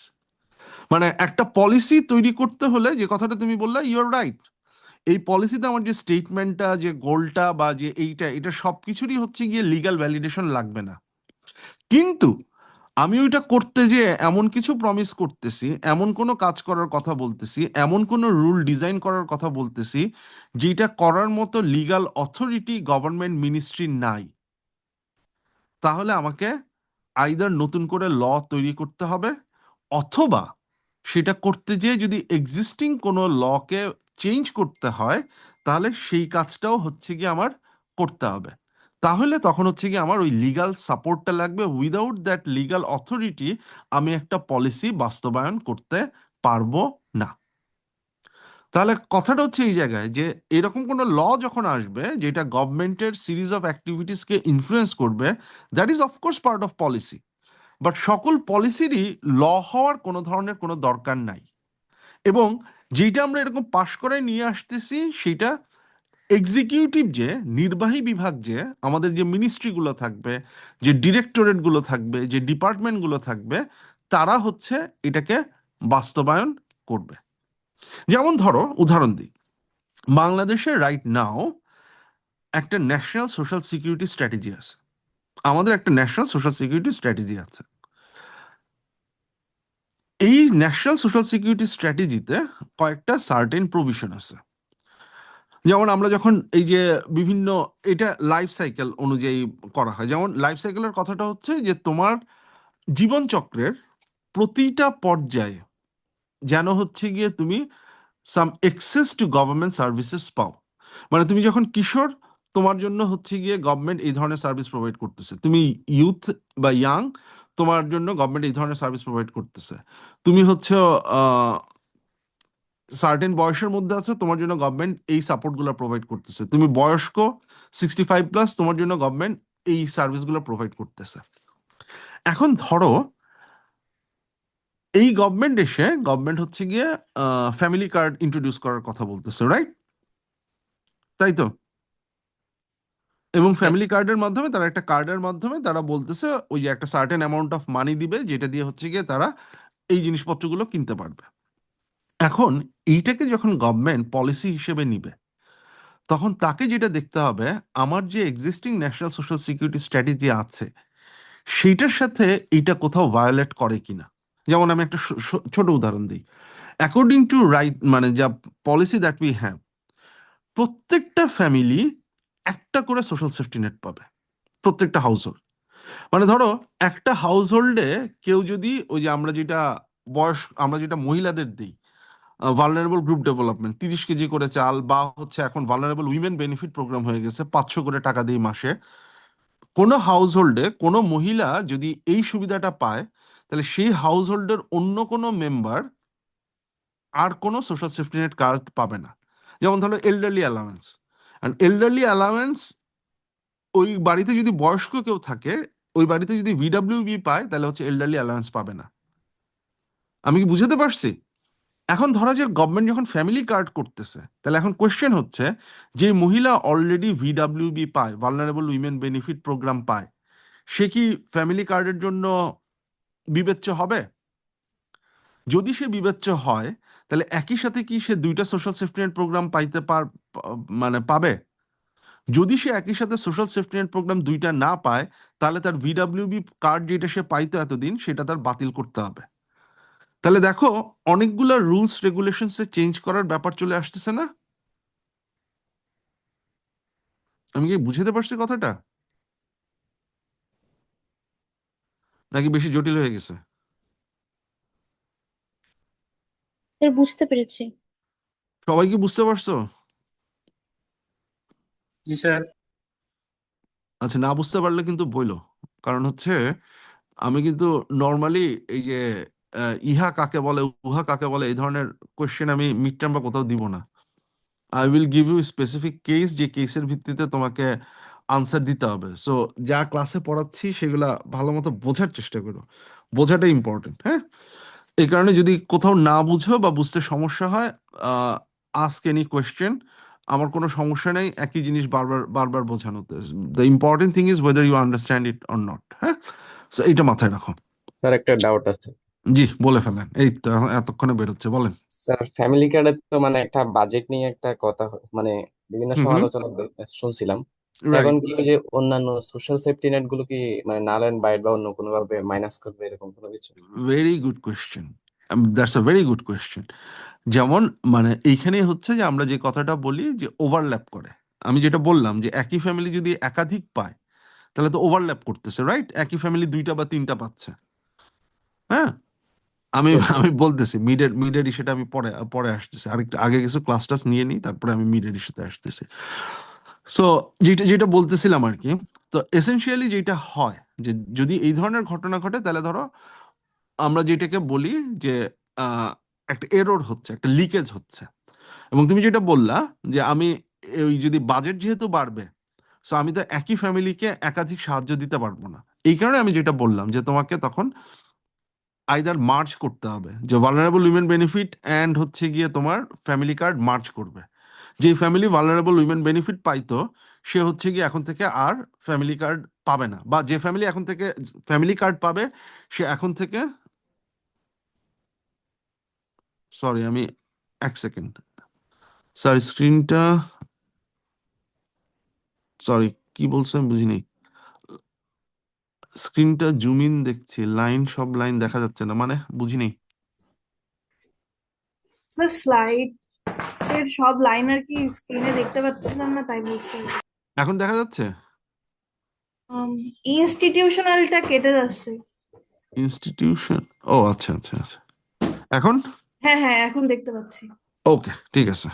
আচ্ছা, সরি, আমি যেটা বলতেছিলাম, সো এখন যদি ধরা যাক হচ্ছে গিয়ে যেই ফ্যামিলি কার্ড পাবে, সে আর ভালনারেবল উইমেন বেনিফিট পাবে না, তাহলে দেখো ভালনারেবল উইমেন বেনিফিটের আন্ডারে আমি প্রত্যেকটা হাউস হোল্ডকে 500 টাকা করে দিতাম। তাহলে কিন্তু হচ্ছে আমি যে 2000 টাকা দিব, এর মধ্যে থেকে 500 টাকা অলরেডি সেভ হয়ে গেল। আমি কি বুঝতে পারছি ব্যাপারটা? Yes, sir. সো আমার এইভাবে আমি যখন হচ্ছে প্রোগ্রামগুলোকে মার্চ করলে টাকার একটা সংস্থান হবে। যেমন এখন রাইট নাও বাংলাদেশে সোশ্যাল সেফটি নেট প্রোগ্রাম কয়টা আছে কেউ বলতে পারো? জানার কথা না, সরি, 116টা সোশ্যাল সেফটি নেট প্রোগ্রাম আছে। এই 116টা প্রোগ্রামের মধ্যে প্রচুর ওভারল্যাপ আছে, প্রচুর এক্সক্লুশন অ্যান্ড ইনক্লুশন এরর আছে। সো এই যে ফ্যামিলি কার্ড যদি ওনারা দিতে চান, এটাকে যে ওনারা দিতে পারবেন না তা না, এটা দিতে পারবেন, কিন্তু এই ওভারল্যাপগুলো এই 116টাকে কমায়া 40-45 বা একটা ফ্যামিলি কার্ডের মধ্যে থেকে যদি সবগুলো কাভার করা যায়, তাহলে হয়তো ওই ফ্যামিলির জন্য আর এল্ডারলি অ্যালাওয়েন্স লাগবে না, বা হচ্ছে গিয়ে তোমার পার্সন উইথ ডিসেবিলিটির জন্য যেটা দেওয়া হয় সেটা লাগবে না, বা ল্যাকটেটিং মাদার্স অ্যালাওয়েন্স যেটা দেওয়া হয় সেটা এটার সাথে অ্যাড অন করা হবে। এইভাবে করে মার্চ করে এটাকে তৈরি করা যায়। কিন্তু যেটা আমি বললাম যে তুমি যদি এটা তৈরি করতে চাও, তাহলে তোমার এক্সিস্টিং যে সোশ্যাল সেফটি নেট প্রোগ্রামগুলো আছে সেইগুলোকে নিয়ে তোমার নাড়াচাড়া করতে হবে, সেগুলোকে কাটছাট করতে হবে, সেগুলোকে রিডিজাইন করতে হবে। সো এইটাই হচ্ছে গিয়ে যেটা আমরা বলতেছি যে public policy is not just the document, is the series of activities যেইটা এই ডকুমেন্টটা মধ্য দিয়ে হচ্ছে গিয়ে করা হবে। যেমন একটা আমি একদম তোমাদের বলে দিই, যদি এরকম কোনো পলিসি গভর্নমেন্ট নেয়, হ্যাঁ, দেখবা যে ওই পলিসির নিচে একদম লাস্ট লাইনে বা তার আগে কোথাও লেখা থাকবে এই পলিসি কার্যকর হইবার পরে এই প্রোগ্রামগুলো বাতিল ঘোষণা হইল। দেখবা যে এরকম লেখা থাকবে, কারণ এইটা করতে হলে আগের কয়েকটা প্ল্যানকে তার হচ্ছে গিয়ে মার্চ করা, বা হচ্ছে গিয়ে সেগুলোর হচ্ছে গিয়ে তোমার যে গ্যাপটা আছে সেটা অ্যাড্রেস তার করতে হবে। সো পলিসি হচ্ছে এই পুরো জিনিসটা। এবং এটার সাথে ওই পাবলিক রিসোর্সের ইউজ, যেটা আমার বাজেটারি অ্যালোকেশন আমি কতখানি দিচ্ছি, যে বাজেটারি অ্যালোকেশন আমি ঠিকঠাক মতো দিতে পারতেছি কিনা, আমার ইনস্টিটিউশন যেগুলো আছে, যেমন আমি যদি যেমন আমি যখন ভিডাব্লিউবি দিতাম, ভালনারেবল উইমেন বেনিফিট প্রোগ্রামের জন্য আমি বেনিফিট দিতাম, সেটা আমি দিতাম ministry of Women and Children Affairs এর মাধ্যমে। ফ্যামিলি কার্ড আমি কোন মিনিস্ট্রির মাধ্যমে দিব সেটা আমাকে ঠিক করতে হবে। তারপরে হচ্ছে গিয়ে সেটার জন্য হচ্ছে গিয়ে আমরা কিভাবে কাজ করব সেটা হচ্ছে গিয়ে ঠিক করতে হবে। এই পুরো জিনিসটা হচ্ছে একটা আরেকটার সাথে ওতপ্রোতভাবে জড়িত। এই পর্যন্ত কি আমার কথা বোঝা গেছে? Yes sir. So if you really want to kind of look into the policy and others, যেহেতু গভর্নমেন্ট বলতেছে যে তারা অতি দ্রুত এই কি বলে এটাকে ফ্যামিলি কার্ড দেওয়ার ডিসিশন নিবে বা চেষ্টা করবে, you need to take keep a sharp eye on that হচ্ছে গিয়ে এই জিনিসটা কিভাবে হচ্ছে গিয়ে কাজ করবে। আচ্ছা, এইবার দেখো ফিচার্স অফ পাবলিক পলিসি। প্রথম কথা, policy is made in the public's name. What do we mean by that? Public's name মানেটা পাবলিক কি? Who is public or who are public? ধরো ফর ইনস্ট্যান্স, আচ্ছা আমি এইভাবে বলি উদাহরণটা। ধরো আমি ধূমপান পছন্দ করি না, হ্যাঁ, আমার আশেপাশের লোকজন ধূমপান করলে আমার প্রচন্ড অসুবিধা হয়। এন্ড গভর্নমেন্ট কি আমার সমস্যা দূর করার জন্য ধূমপান ব্যান করবে বা পাবলিক স্পেসে ধূমপান ব্যান করবে? No sir. যদি এটা ইন্ডিভিজুয়ালি আমার সমস্যা হয়, কখন এটা পাবলিক পলিসি হবে? when will it become a public policy? Sir যদি এক গ্রুপ অফ পিপলের মানে সমস্যা হয় যদি বা এইটা লার্জ গ্রুপ অফ পিপলের সমস্যা হয়। অ্যাবসলিউটলি লার্জ, এবং এইখানে আচ্ছা লার্জের এই জায়গাটা একটু নুয়ান্স আছে, বাট সেই নুয়ান্সে আমি পরে আসতেছি। মানে এসেনশিয়ালি আমি একলা বা আমি একটা গ্রুপ, আমি খারাপ লাগতেছে, আমার অনুভূতি আহত হচ্ছে, আমার শরীর খারাপ হচ্ছে, ইটস এসেনশিয়ালি সামথিং। এইটা হইলেই যে গভর্নমেন্ট এটাকে পাবলিক প্রবলেম হিসেবে আইডেন্টিফাই করবে সেইটা ঠিক না। যখন এইটা group of people, your right, আবার সব গ্রুপ কিন্তু ইকুয়াল গ্রুপ না, কথাটা খেয়াল করো। সব গ্রুপ সমান পাওয়ারফুল না, সব গ্রুপ সমান পাবলিক না, সবাই পাবলিক না, আমি তুমি সবসময় পাবলিক না, আমরা একসাথে হলেও পাবলিক না। কখন আমরা পাবলিক? যখন we have the power two draw attention of the government. আমরা যদিও বলি যে পলিসি পাবলিকের নামে তৈরি করা হয়, but some public are more public than the others. You have to, তার মানেটা হচ্ছে ইউ হ্যাভ টু মোবিলাইজ, তোমাকে মোবিলাইজ করতে হবে, তোমাকে হচ্ছে গিয়ে তোমার পাওয়ার দেখাইতে হবে। You have to show that হচ্ছে গিয়ে তুমি একসাথে রাস্তায় নামলে তুমি কোনো একটা প্রবলেম ক্রিয়েট করতে পারো সরকারের জন্য। ওয়েন ইউ ডু দ্যাট, তখন হচ্ছে essentially you become a public. আমি কি বুঝাতে পারছি? Yes sir. And then when the policy is made, maximum টাইমে গভর্নমেন্ট হচ্ছে গিয়ে পলিসিগুলো ইমপ্লিমেন্ট করে, but in many cases government private sector অ্যাক্টরেরও সাহায্য নেয়। আমরা পাবলিক প্রাইভেট পার্টনারশিপের কথা জানি, যেখানে হচ্ছে গিয়ে গভর্নমেন্ট প্রাইভেট অ্যাক্টরের সাথে হচ্ছে গিয়ে পলিসি ইমপ্লিমেন্ট করে। বাংলাদেশের পার্সপেক্টিভে নন প্রফিট সেক্টরস বা NGOs are very important. NGOs play a very important role. এনজিওগুলোর সহায়তায় গভর্নমেন্ট, যেমন সোশ্যাল সেফটি নেট প্রোগ্রামে যদি আবারও ফেরত যাই, বেনিফিশিয়ারি সিলেকশনের ক্ষেত্রে এনজিওর একটা খুব গুরুত্বপূর্ণ রোল আছে। কে বেনিফিশিয়ারি, কে বেনিফিশিয়ারি না, কে যোগ্য, কে যোগ্য না, এইগুলো আইডেন্টিফিকেশনের ক্ষেত্রেও গভর্নমেন্টের একটা সিগনিফিকেন্ট রোল আছে। Are we struggling to be a public? বলো তমাল, কি বলতে চাচ্ছ এটার মাধ্যমে? এটা এমনি সার্কাজম ছিল স্যার, মানে আমরা হইতেছে ইনফ্লুয়েন্স করতে পারবো কতটা ওইটা। এই আমরাটাকে হু আর উই? না, that's a very good question. আমরা আমরা আমরা আমরা এটা নিয়ে কথা বলবো সামনে, বাট মানে tell me who are we? এই আমরাটাকে, কমন স্টেক হোল্ডার। কমনটাকে, there is no one common. তুমি আমি আমরা সবাই আনকমন। হুম, হ্যাঁ, please please enlighten me sir. Enlighten আর কিছু নাই। The question is again, I think who hmm, has no capability of drawing attention. আমরা একটা টার্ম ইউজ করি, হ্যাঁ। So this is what we call collective action problem. তুমি যদি mobilise করতে চাও, হ্যাঁ, মোবিলাইজ করতে চাইলে, যেমন লেটসে তোমরা এখানে 50 জন আছো, সো 50 জন যদি একসাথে হইতে চাও, I am sure that some of you, there are many of you, তারা চিন্তা করবে যে দূর, এই এত গ্যাঞ্জাম করার দরকারটা কি, সবাই একসাথে। লেটসে তোমরা কোনো একটা আন্দোলনে নামতে চাচ্ছ ডিপার্টমেন্টে অর হোয়াট এভার ইউনিভার্সিটির ভেতরে, I am sure there are some of you, দূর, এত ঝামেলা করার দরকারটা কি, এত ঝামেলা করে তো কোনো লাভ নাই, সে নামার দরকার নেই, কি হবে। And there are some of you who will also think that, okay, যদি হচ্ছে গিয়ে না নামি তাহলে কি হবে। না নামলে তো মানে জিনিসটা এরকম যে আমার ইচ্ছা আছে কাজটা করার, কিন্তু আমি জয়েন করলাম না।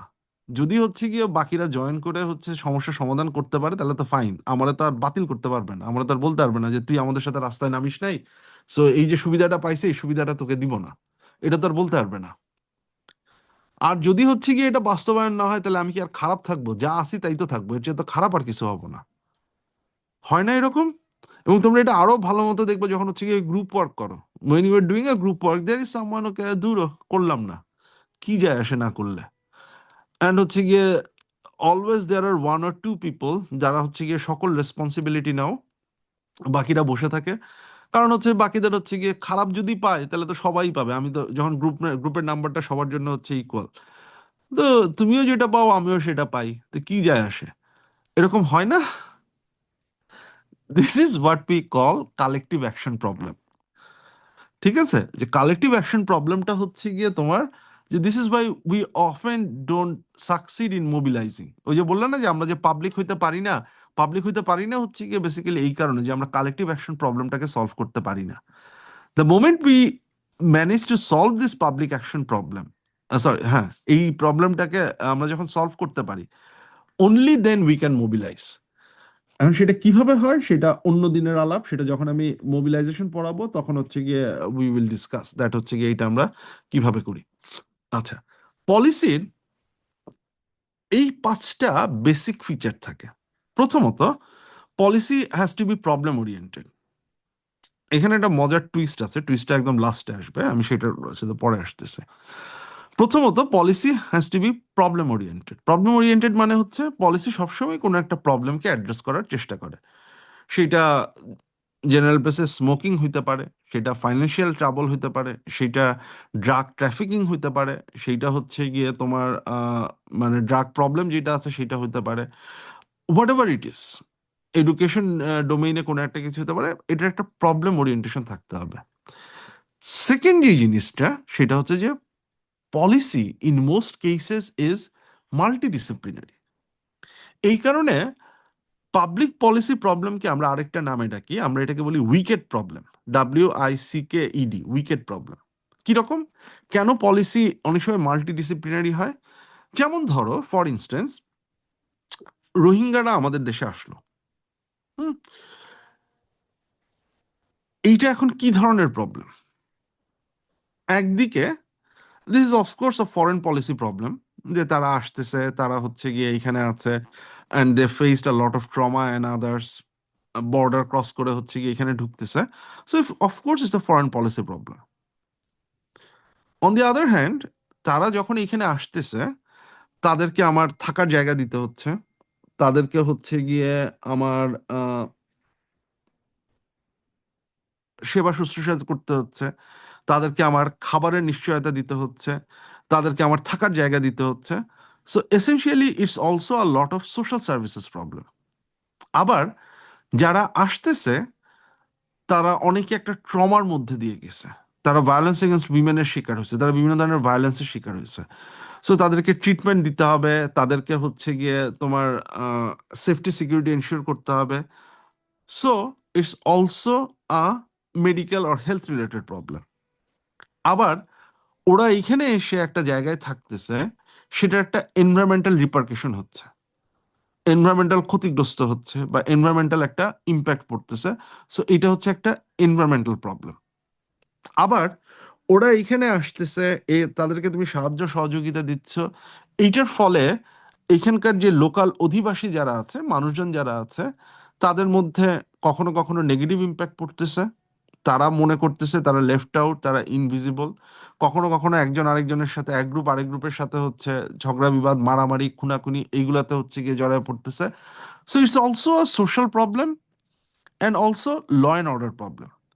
তাহলে দেখো, জাস্ট একটা গ্রুপ বাংলাদেশে আসতেছে, it's a multidimensional problem. এবং আমি যখন একটা পলিসি ডিজাইন করতে যাব, এই পলিসি ডিজাইনের ক্ষেত্রে প্রত্যেকটা কিন্তু একটা আরেকটার সাথে ইন্টারলিঙ্কড। তার হেলথের প্রবলেম তার ফুডের সাথে লিঙ্কড, তার সাইকোলজিক্যাল ওয়েলবিং এর সাথে লিঙ্কড, সোশ্যাল সেফটি নেটের সাথে লিঙ্ক। তাকে যদি আমি সাপোর্ট দেই, তাহলে হচ্ছে গিয়ে লোকাল এরিয়াতে এটার কি নেগেটিভ ইম্প্যাক্ট পড়তেছে, লোকাল বিজনেসে কি ইম্প্যাক্ট পড়তেছে, সেইটা এটার সাথে লিঙ্ক। সো এই কারণে পাবলিক পলিসি প্রবলেমগুলো, there is not necessarily one single solution for one particular problem. এবং এটা ইম্পর্টেন্ট এই কারণে, হোয়াট ইট মিনস দ্যাট এই ধরনের কোনো প্রবলেমকে ডিল করতে গভর্নমেন্টের একটা মিনিস্ট্রি আর এনাফ না। You need multiple ministries, you need various ministries, you need various agencies. এই প্রত্যেকটার একসাথে কাজ করা খুব দরকার হয়ে যায়। আমার কথাটা কি বোঝা গেছে? Yes sir. And this is not only about Rohingya issue, this is also about law and order issue. কারণ তুমি যখন ল অ্যান্ড অর্ডারের বিষয়টা চিন্তা করতেছো, let's say for instance Kishore gang, I want to address that problem. Is it only a law and order issue? এখানে আর কি কি ওই সেম মাল্টিডিসিপ্লিনারি জায়গা থেকে যদি চিন্তা করো, তাহলে আর কি কি জড়িত এটার সাথে? আমি ল অ্যান্ড অর্ডার, আমি কিশোর গ্যাং হচ্ছে গিয়ে অ্যাড্রেস করতে চাই। What are the problems? কি কি স্যার ধরনের মাল্টি স্যার পলিটিক্স আছে, অনেক পলিটিক্যাল লিডাররা ইচ্ছা করে কিশোরগঞ্জ ইয়ে করছে। ওকে, ভেরি গুড। আর পাবলিক সেফটি, ওকে। আর স্যার কিশোরদেরকে মানে রেইজ করার জন্য মানে হুম, উঠতি বয়সে ছেলেপেলেদের যেই কি বলে কারেন্ট থাকে আর কি, যেই জিনিসটা লোকালি বলে সবাই, যে হচ্ছে হুম, এই জিনিসটাকে মোবিলাইজ করার জন্য আমরা আসলে প্রপার কোনো চ্যানেল চ্যানেল ওদেরকে দিতে পারি নাই, যে ওরা ডিবেট করবে, ওরা মানে ভালো কোনো জায়গাতে ওদের এই উদ্যমটা কাজে লাগাবে, এই রকম কোনো চ্যানেলই আমরা দাঁড় করাইতে পারি না। এটা একটা বড় সমস্যা। Very good. শব্দটা কি বললা? কারেন্ট না? হ্যাঁ, আমি উদ্যম শব্দটা খুঁজে পাচ্ছিলাম না আসলে না স্যার। না না, ঠিক আছে, দ্যাটস নাথিং রং ইন ইট, মানে ভালো, ঠিক আছে, ওকে, হ্যাঁ, ভেরি গুড। আর স্যার পোভার্টি একটা প্রবলেম হতে পারে তাদের মধ্যে, যার কারণে অ্যাবসলিউটলি, অ্যাবসলিউটলি, মারামারিতে জড়িত। হ্যাঁ, এমপ্লয়মেন্ট অপরচুনিটি, স্কিল ডেভেলপমেন্ট, এই সকল কিছু জড়িত, তাই না? So essentially very good. So you can understand that আমরা যখন এরকম একটা প্রবলেমের কথা বলি, সেই প্রবলেম, তাহলে এই প্রবলেমটা অ্যাড্রেস করার জন্য তাহলে কি কি দেখো, সবাই হচ্ছে গিয়ে হ্যাঁ, গাইডেন্সের অভাব হতে পারে, দ্যাট মিনস এডুকেশনাল ইস্যু বা এডুকেশনাল ইনস্টিটিউশনের রোল থাকতে পারে। তার মানে তুমি যদি এখানে শুধুমাত্র মিনিস্ট্রি অ্যান্ড ইউথ অ্যান্ড স্পোর্টসকে দায়িত্ব দাও, সেটা কিন্তু এনাফ না। এখানে মিনিস্ট্রি অফ হোম অ্যাফেয়ার্সের রেসপন্সিবিলিটি আছে। এখানে মেবি হচ্ছে কি বলে, মিনিস্ট্রি অফ, একটু আগে যেটা বললো, মিনিস্ট্রি অফ এডুকেশনের রোল আছে, মিনিস্ট্রি অফ কালচারাল অ্যাফেয়ার্সের রোল আছে, মিনিস্ট্রি অফ ইনফরমেশনের রোল আছে, মিনিস্ট্রি অফ ধরো কি বলে পাবলিক প্লেস বা পার্ক টার্ক এগুলা বিষয়ে যারা দেখাশোনা করে, হাউজিং অ্যান্ড আদার্স, এদের রোল আছে। So you can see that প্রবলেমগুলো পাবলিক পলিসিতে আমরা যে প্রবলেমগুলো নিয়ে ডিল করি, all of those problems are multidisciplinary. And this is very important to understand that a multidisciplinary-টা যে কোনো একটা পলিসি প্রবলেম যে মাল্টিডিসিপ্লিনারি, এই জিনিসটা আমাদের বোঝা দরকার।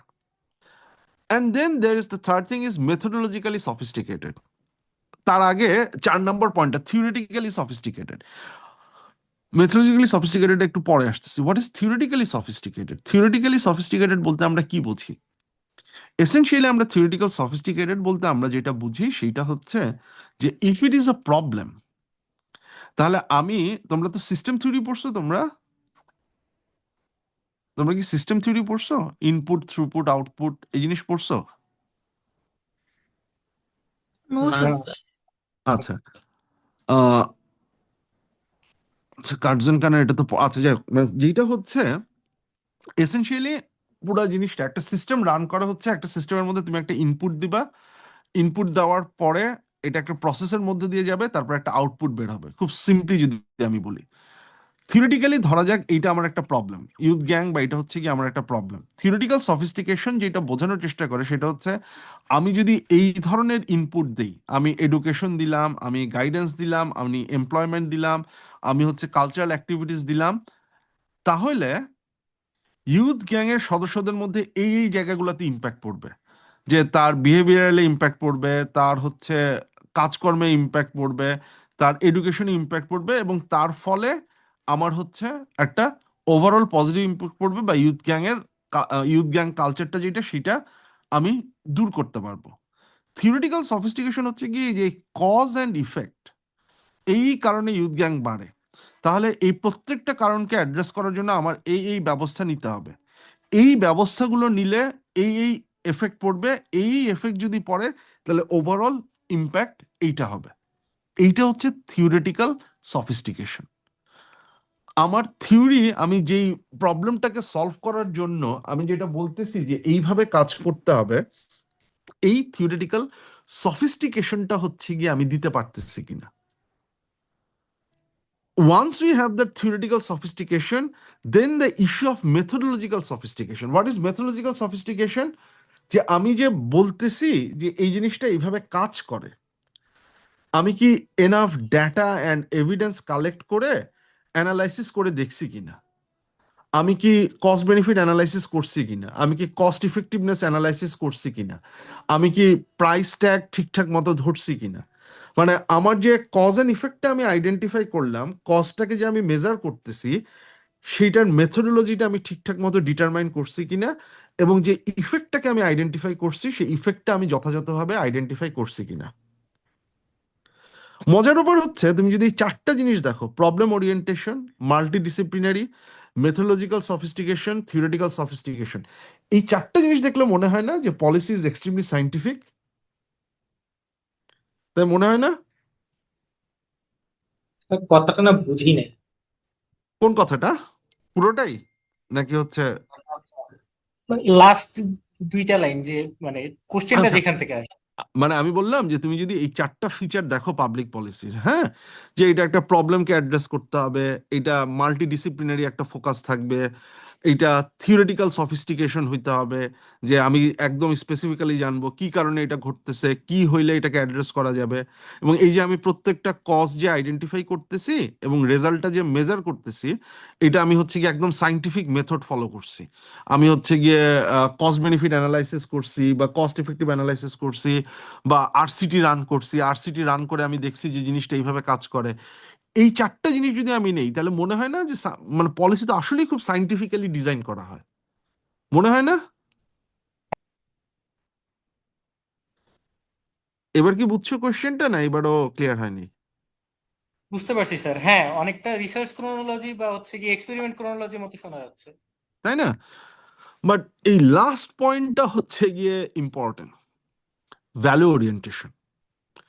ভ্যালু ওরিয়েন্টেশন বলতে যে আমাদের যেটা বুঝতে হবে, যেমন for instance as a country, প্রত্যেকটা কান্ট্রির প্রত্যেকটা গভর্নমেন্টের একটা গভর্নিং আইডিওলজি থাকে, একটা গভর্নিং আইডিওলজি থাকে।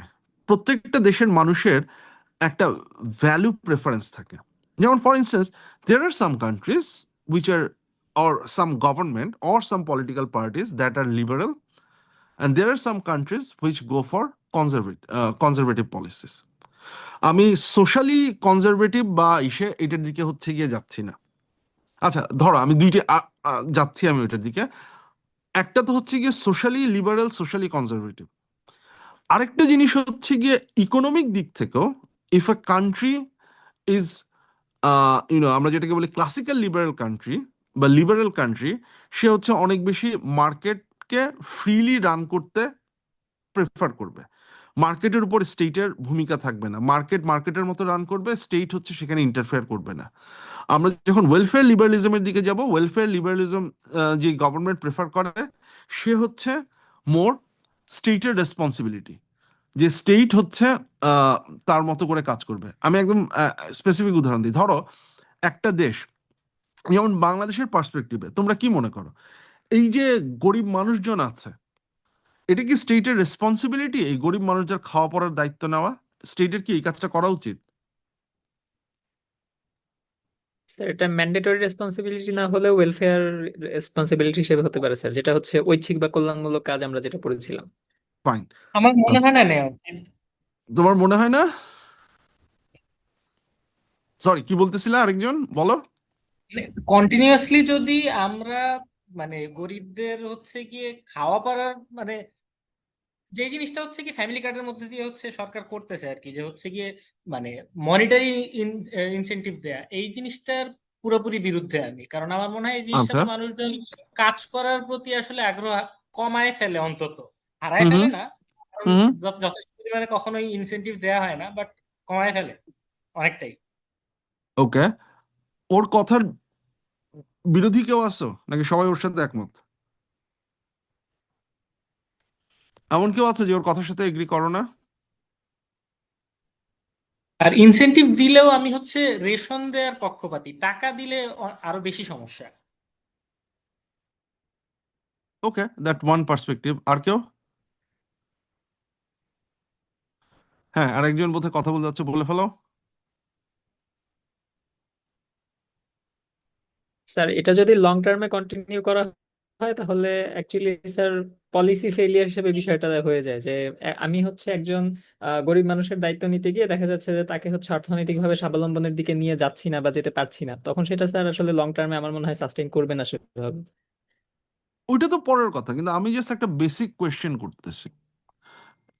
সো ইন আ কান্ট্রি, গভর্নমেন্টের দরিদ্র জনসাধারণকে হেল্প করার রেসপন্সিবিলিটি নেওয়া উচিত কি উচিত না? জি স্যার, উচিত। স্যার এখানে আই থিঙ্ক মানে যদি হ্যাঁ, ইনাফ এমপ্লয়মেন্ট করতে না পারে তো সেক্ষেত্রে হয়তো পার্শালি উচিত আর কি।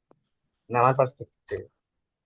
যেটা হচ্ছে পৃথিবীর বিভিন্ন দেশের দিকে যদি তুমি তাকাও, different, if you look into USA, the Republicans are pretty clear that it's individual responsibility. তুমি যদি দরিদ্র হও তাহলে এটা তোমার রেসপন্সিবিলিটি। স্টেটের কাজ হচ্ছে অপরচুনিটি প্রোভাইড করা, তুমি যদি সেই অপরচুনিটি নিতে না পারো তাহলে হচ্ছে কি এটা তোমার রেসপন্সিবিলিটি, স্টেটের এখানে কিছু করার নেই। তোমরা কয়জন দ্য পার্সুট অফ হ্যাপিনেস কয়জন দেখছো? কেউ দেখছো মুভিটা the pursuit of happiness? Yes G sir. G sir. তবে আমাদের What was, অ্যানথ্রোপোলজি টিচার অনেকেই সাজেস্ট করছিল দেখতে, হ্যাঁ, দেখছিলাম। আমাদের বিজনেস অ্যানথ্রোপোলজি টিচার সাজেস্ট করছিল এই সিনেমাটা, এই জন্য দেখছিলাম। দেখছিলা? Did you Yes. see one important message that they were trying to give? যে তুমি যদি গরিব হও দোষটা হচ্ছে তোমার। তুমি যত গরিবই হও না কেন, তুমি যদি ঠিকঠাক মতো চেষ্টা করো, কষ্ট করো, তাইলে হচ্ছে গিয়ে তোমার পক্ষে স্টেটের উপর ডিপেন্ডেন্ট না হয়ে নিজে নিজে দাঁড়ানো সম্ভব। Did you realize that message? Will Smith had to struggle hard and everything, but he succeeded because he wanted to succeed. This is one kind of state's ideology, যেটা ইউএস এর মতো কান্ট্রিগুলোতে, নর্থ আমেরিকান অনেকগুলো কান্ট্রিতে আমরা সেটা দেখি যে স্টেটের রোল হচ্ছে মিনিমাম। স্টেট হচ্ছে এই গরিব মানুষ, মানে তুমি যদি গরিব হও এটা তোমার দোষ এসেনশিয়ালি। অ্যান্ড এইটার একটা এক্সট্রিম লেভেলের আইডিওলজি হচ্ছে এরকম যে লেটস এ তুমি মদ খাচ্ছ, মদ খেয়ে তুমি হচ্ছে ড্রেনের পাশে পড়ে আসো, পড়ে এসে তোমার মাথাটা ড্রেনের পানির মধ্যে প্রায় ঢুকে গেছে, এখন হচ্ছে তুমি মারা যাবা। যেহেতু তুমি মাতাল, তোমার কোনো জ্ঞান বুদ্ধি কিছু নাই, তুমি হচ্ছে ওই পানির মধ্যে মাথা ডুবাবা এবং ডুবায় হচ্ছে গিয়ে তুমি আসলে ড্রাউন আউট হয়ে তুমি মারা যাবা। এখানে একটা পুলিশ দাঁড়ায় আছে, আর পুলিশের কাজ কি তোমাকে বাঁচানো না বাঁচানো না? আচ্ছা আমি ছেড়ে দিব, আর বেশিক্ষণ রাখতেছি না, আমি জাস্ট আরেকটা জিনিস দেখায় আমি ছেড়ে দিব। আর পুলিশের রেসপন্সিবিলিটি কি তোমাকে বাঁচানো না বাঁচানো না? স্যার এটা তো ফিলোসফিক্যাল কোয়েশ্চেন হয়ে গেল। না, বাট ইটস এ স্টেটস আইডিওলজির কোয়েশ্চেন টু। এটা ফিলোসফিক্যাল হলেও there is something that okay, human life is important. There is another point of view যে স্যার স্টেট এমনিতেও কতখানি, হ্যাঁ স্টেট তো নিজেও একটা ফিলোসফিকে অ্যাডহিয়ার করে, তাই না? এখন ওইটার উপর absolutely তো ডিপেন্ড করবে যে absolutely পুলিশ বাঁচাবে কিনা। absolutely and that's why I'm saying that policy is not necessarily যে সাইন্টিফিক যা যা পড়ে আসলাম, এই প্রত্যেকটার বাইরে স্টেটের এই ভ্যালু ওরিয়েন্টেশনটা হচ্ছে important. And there is some certain philosophy, you are right, it's a political philosophy question which says that তুমি যে মদ খাইছো, তুমি যে এই অবস্থায় পড়ে আসছো, এটা তোমার ইন্ডিভিজুয়াল রেসপন্সিবিলিটি। পুলিশ কেন তোমার বাঁচাবে? তুমি যদি আমরা মরো, এটা মরাই তোমার উচিত। কারণ পুলিশ যে সময়টা তোমাকে বাঁচানোর জন্য ব্যয় করবে, ওই সময়টা হচ্ছে গিয়ে সে আরেকটা সুস্থ স্বাভাবিক নাগরিক, যে হচ্ছে নাগরিক রেসপন্সিবিলিটি পালন করতেছে, তার কাজে লাগাটা হচ্ছে পুলিশের রেসপন্সিবিলিটি। তোমার মরা ঠেকানো তো স্টেটের রেসপন্সিবিলিটি না। দ্যাটস এক্সট্রিম ইন্ডিভিজুয়াল রেসপন্সিবিলিটির জায়গা থেকে আমি বলতেছি যে এটাকে এইভাবে আমি দেখাচ্ছি যে এই যে তুমি গরিব, তোমাকে হেল্প করা উচিত, এটার দুইটা জিনিস। একটা জিনিস হচ্ছে আমি অপরচুনিটি দিব, তুমি যদি নিতে না পারো তাহলে এটা হচ্ছে তোমার ব্যর্থতা। আমি টোটালি মার্কেট ড্রিভেন একটা আইডিওলজির দিকে যাচ্ছি।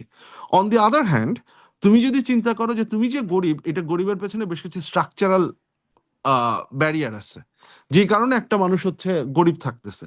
So it is the responsibility of the state যে গরিব তাকে হচ্ছে হেল্প করা, যাতে সে সোশ্যাল সেফটি নেট বেয়ে উপরে উঠতে পারে। এটা ভ্যালু ওরিয়েন্টেশনের কোয়েশ্চেন। এখন একটা পলিটিক্যাল পার্টি যে পাওয়ারে আছে, সে কি এই ওয়েলফেয়ার লিবারেল পার্সপেক্টিভটা নিবে না ক্লাসিক্যাল লিবারেল পার্সপেক্টিভটা নিবে, এইটার উপর ডিপেন্ড করবে হচ্ছে গিয়ে সে প্রবলেমটাকে কিভাবে ডিটারমাইন করবে। এবং it's not only about economic, think about the issue of abortion. Should state allow abortion, নাকি হচ্ছে কি অ্যাবর্শনকে সে ডিফিকাল্ট করবে? It's not a problem orientation, multidisciplinary, methodologically sophisticated, theoretical sophisticated, it's none of those. It's the question of যে party is in power. ডেমোক্রেটরা যখন আমেরিকায় ক্ষমতায় থাকে তখন তারা অ্যাবর্শনকে একভাবে ডিল করে, যখন রিপাবলিকানরা ক্ষমতায় থাকে তখন তারা অ্যাবর্শনকে আরেকভাবে ডিল করে।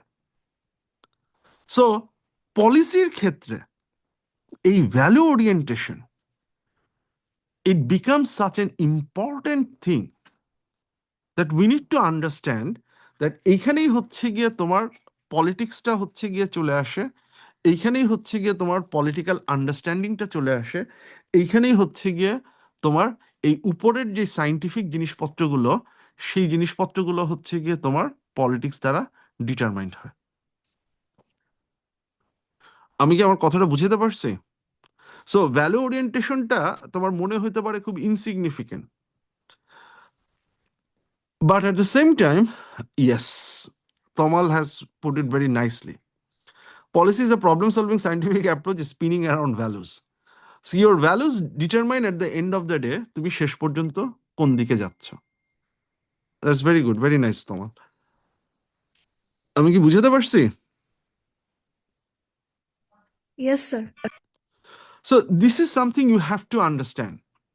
এবং দেখো এই পলিসি সেটা কিভাবে হচ্ছে বায়াসের তৈরি করে, এই জিনিসটা দেখায় আমি ছেড়ে দিচ্ছি। এইটা একজন political scientist, he did a study. তোমরা যদি হচ্ছে গিয়ে এসে চিন্তা করতে পারো বা যদি মনে থাকে, তোমার বি যেটা ডান পাশের যে ছবিটা সেটা হচ্ছে প্রেসিডেন্ট ওবামা যখন শপথ নিলেন তখন হচ্ছে যে পরিমাণ মানুষজন আসছিল, এটা হচ্ছে বি হচ্ছে সেইটার। এ হচ্ছে ডোনাল্ড ট্রাম্প হচ্ছে যখন শপথ নিলেন সেইটা। কোনটাতে লোকজন বেশি বলে মনে হচ্ছে? বিতে। সবাই একমত?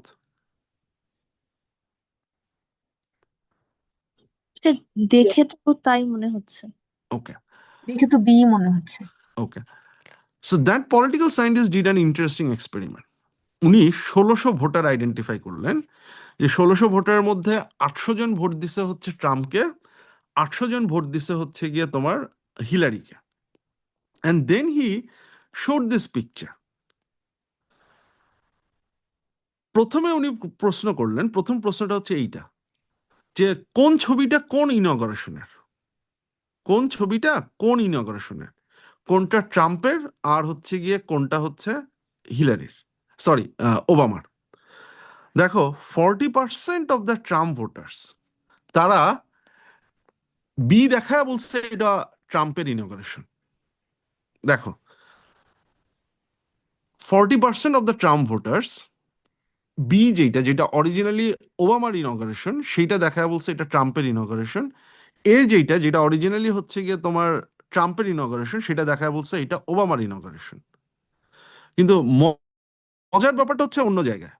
যখন জিজ্ঞেস করা হয়েছে কোন ছবিতে বেশি লোক আছে, you see 15% of the Trump voters তারা এ দেখায় বলছে এতে বেশি লোক আছে, এতে বেশি লোক আছে। How is it possible? Because this is war, একদম প্রথমে যে আমাকে প্রশ্নটা করছিল না যে স্যার পলিটিক্যাল পার্টিগুলা কেন scientific, this is why they don't take have to defend any cost. You're right, because people work not on evidence, on values. আমি আজকে ক্লাসে যেই আলাপই করি না কেন তোমরা নিজের যে do you think that those of you politically তোমার যেই পজিশন অন স্টেটস রোল, তোমার যে পজিশন অন ইন্টারিম গভর্নমেন্ট, তোমার যে পজিশন অন বিএনপি, তোমার যে position on Jamaat or any other party, do you think you will ever change that? It's extremely difficult. হয়তো একটা সার্টেন পার্সেন্টেজ চেঞ্জ করে কিন্তু করে না maximum. So as a result of that তুমি যখন পলিটিক্যাল পার্টি, তুমি যখন পলিসি নাও, এই যে 15% লোক যারা হচ্ছে গিয়ে তোমার এই ছবি দেখায় বলবে এটাতে বেশি লোক, এই যে ভ্যালু আন্ডারস্ট্যান্ডিংটা, এইটা plays a very important role in determining তোমার পলিসিটা হচ্ছে গিয়ে কিরকম হচ্ছে। So this is my value orientation is very important in understanding policies. আমার কথা বোঝা গেছে? So I want to end by reminding everyone যে policy is not always scientific, and policy অনেক সময় scientific না হওয়াটা is actually useful for you guys, because as you are learning about organizational strategy and leadership, you can understand that আমি এভিডেন্সকে তোয়াক্কা না করে আমি কিভাবে কখনো এভিডেন্সকে ইউজ করতে পারি ফর মাই ওন পারপাস, কিভাবে হচ্ছে গিয়ে আমি এভিডেন্সকে ইন্টারপ্রেট করতে পারি ফর মাই ওন ইউজ, কিভাবে আমি এভিডেন্সকে ইউজ করতে পারি ফর নেগোশিয়েট, কিভাবে আমি এভিডেন্সকে ইগনোর করতে পারি for persuasion and negotiation. This is what policy is all about, unfortunately or fortunately, যেভাবে তুমি দেখতে চাও। There is a certain degree of negotiational issues here. This is how the policy thing will work, unfortunately or fortunately. And this is something we will learn throughout this course, কিভাবে আমরা এই কাজটা হচ্ছে গিয়ে করতে পারি। So if you have any belief that scientifically যেটা ভালো সেটা সবসময় হবে, ওটাকে ফেলে দাও, ওটাকে ভুলে দাও। That's not going to happen. So yes, it's always transcends those things. So এই জিনিসটা এইভাবেই হচ্ছে গিয়ে কাজ করবে। So let me end it here. I will share with you, next class আমরা পলিসি টাইপোলজিতে আমি যেতে পারলাম না, টাইপোলজি থেকে শুরু করে we will start focusing on process and হচ্ছে মাল্টিপল স্ট্রিম ফ্রেমওয়ার্ক থেকে আমি হচ্ছে গিয়ে শুরু করব। আমি ইসের সাথে একটু কথা বলে নিব পরে, সারাফের সাথে আমি একটু কথা বলে নিব বা আদনানের সাথে কথা বলে নিব, what can we do about the missing classes and other things, কিভাবে হচ্ছে কি আমরা সেটা করতে পারি, এটা আমি একটু ডিসকাস করে ঠিক করে নিচ্ছি। So I am ending it here. কারো কি কোনো কোয়েশ্চেন আছে?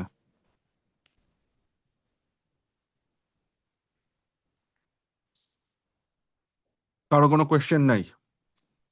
স্যার না আমাদের কি এই কোর্সে কোনো বই বা অন্য হ্যাঁ, আমি কিছু কি আমি আমি লাগবে? আমি হচ্ছে গিয়ে দিয়ে দিচ্ছি। আমি ওই যেহেতু তুমি আমাকে লিঙ্কটা কি তুমি একটু আমার হোয়াটসঅ্যাপে পাঠাইছো, মনে হয় পাঠাইছো, আমি দেখলাম, রাইট? জি স্যার পাঠিয়ে দিচ্ছি। হ্যাঁ, ঠিক আছে। আমি ওইখানে ওই আমি যেটা বললাম যে উইক অনুযায়ী সেটা দিব, আর হচ্ছে গিয়ে তোমার যে বইটা একাধিক বইগুলার মানে পুরো বই পড়তে হবে না, আমি চ্যাপ্টার সহ দিয়ে দিব, কোন কোন চ্যাপ্টার বা এইটা সে অনুযায়ী হচ্ছে গিয়ে আমরা শুরু করব। ওকে? স্যার স্লাইডগুলো তো দিয়ে দেওয়া হচ্ছে তাই না? হ্যাঁ, স্লাইডগুলো আমি দিয়ে দিব। থ্যাংক ঠিক ইউ আছে, ওকে, ঠিক আছে তাহলে, বেস্ট অফ লাক। ওকে, হুম, হ্যাঁ, আসসালামু আলাইকুম। আসসালামু আলাইকুম স্যার, স্যার। ওয়ালাইকুম ওয়ান আসসালাম। Sir, one sir, one sir.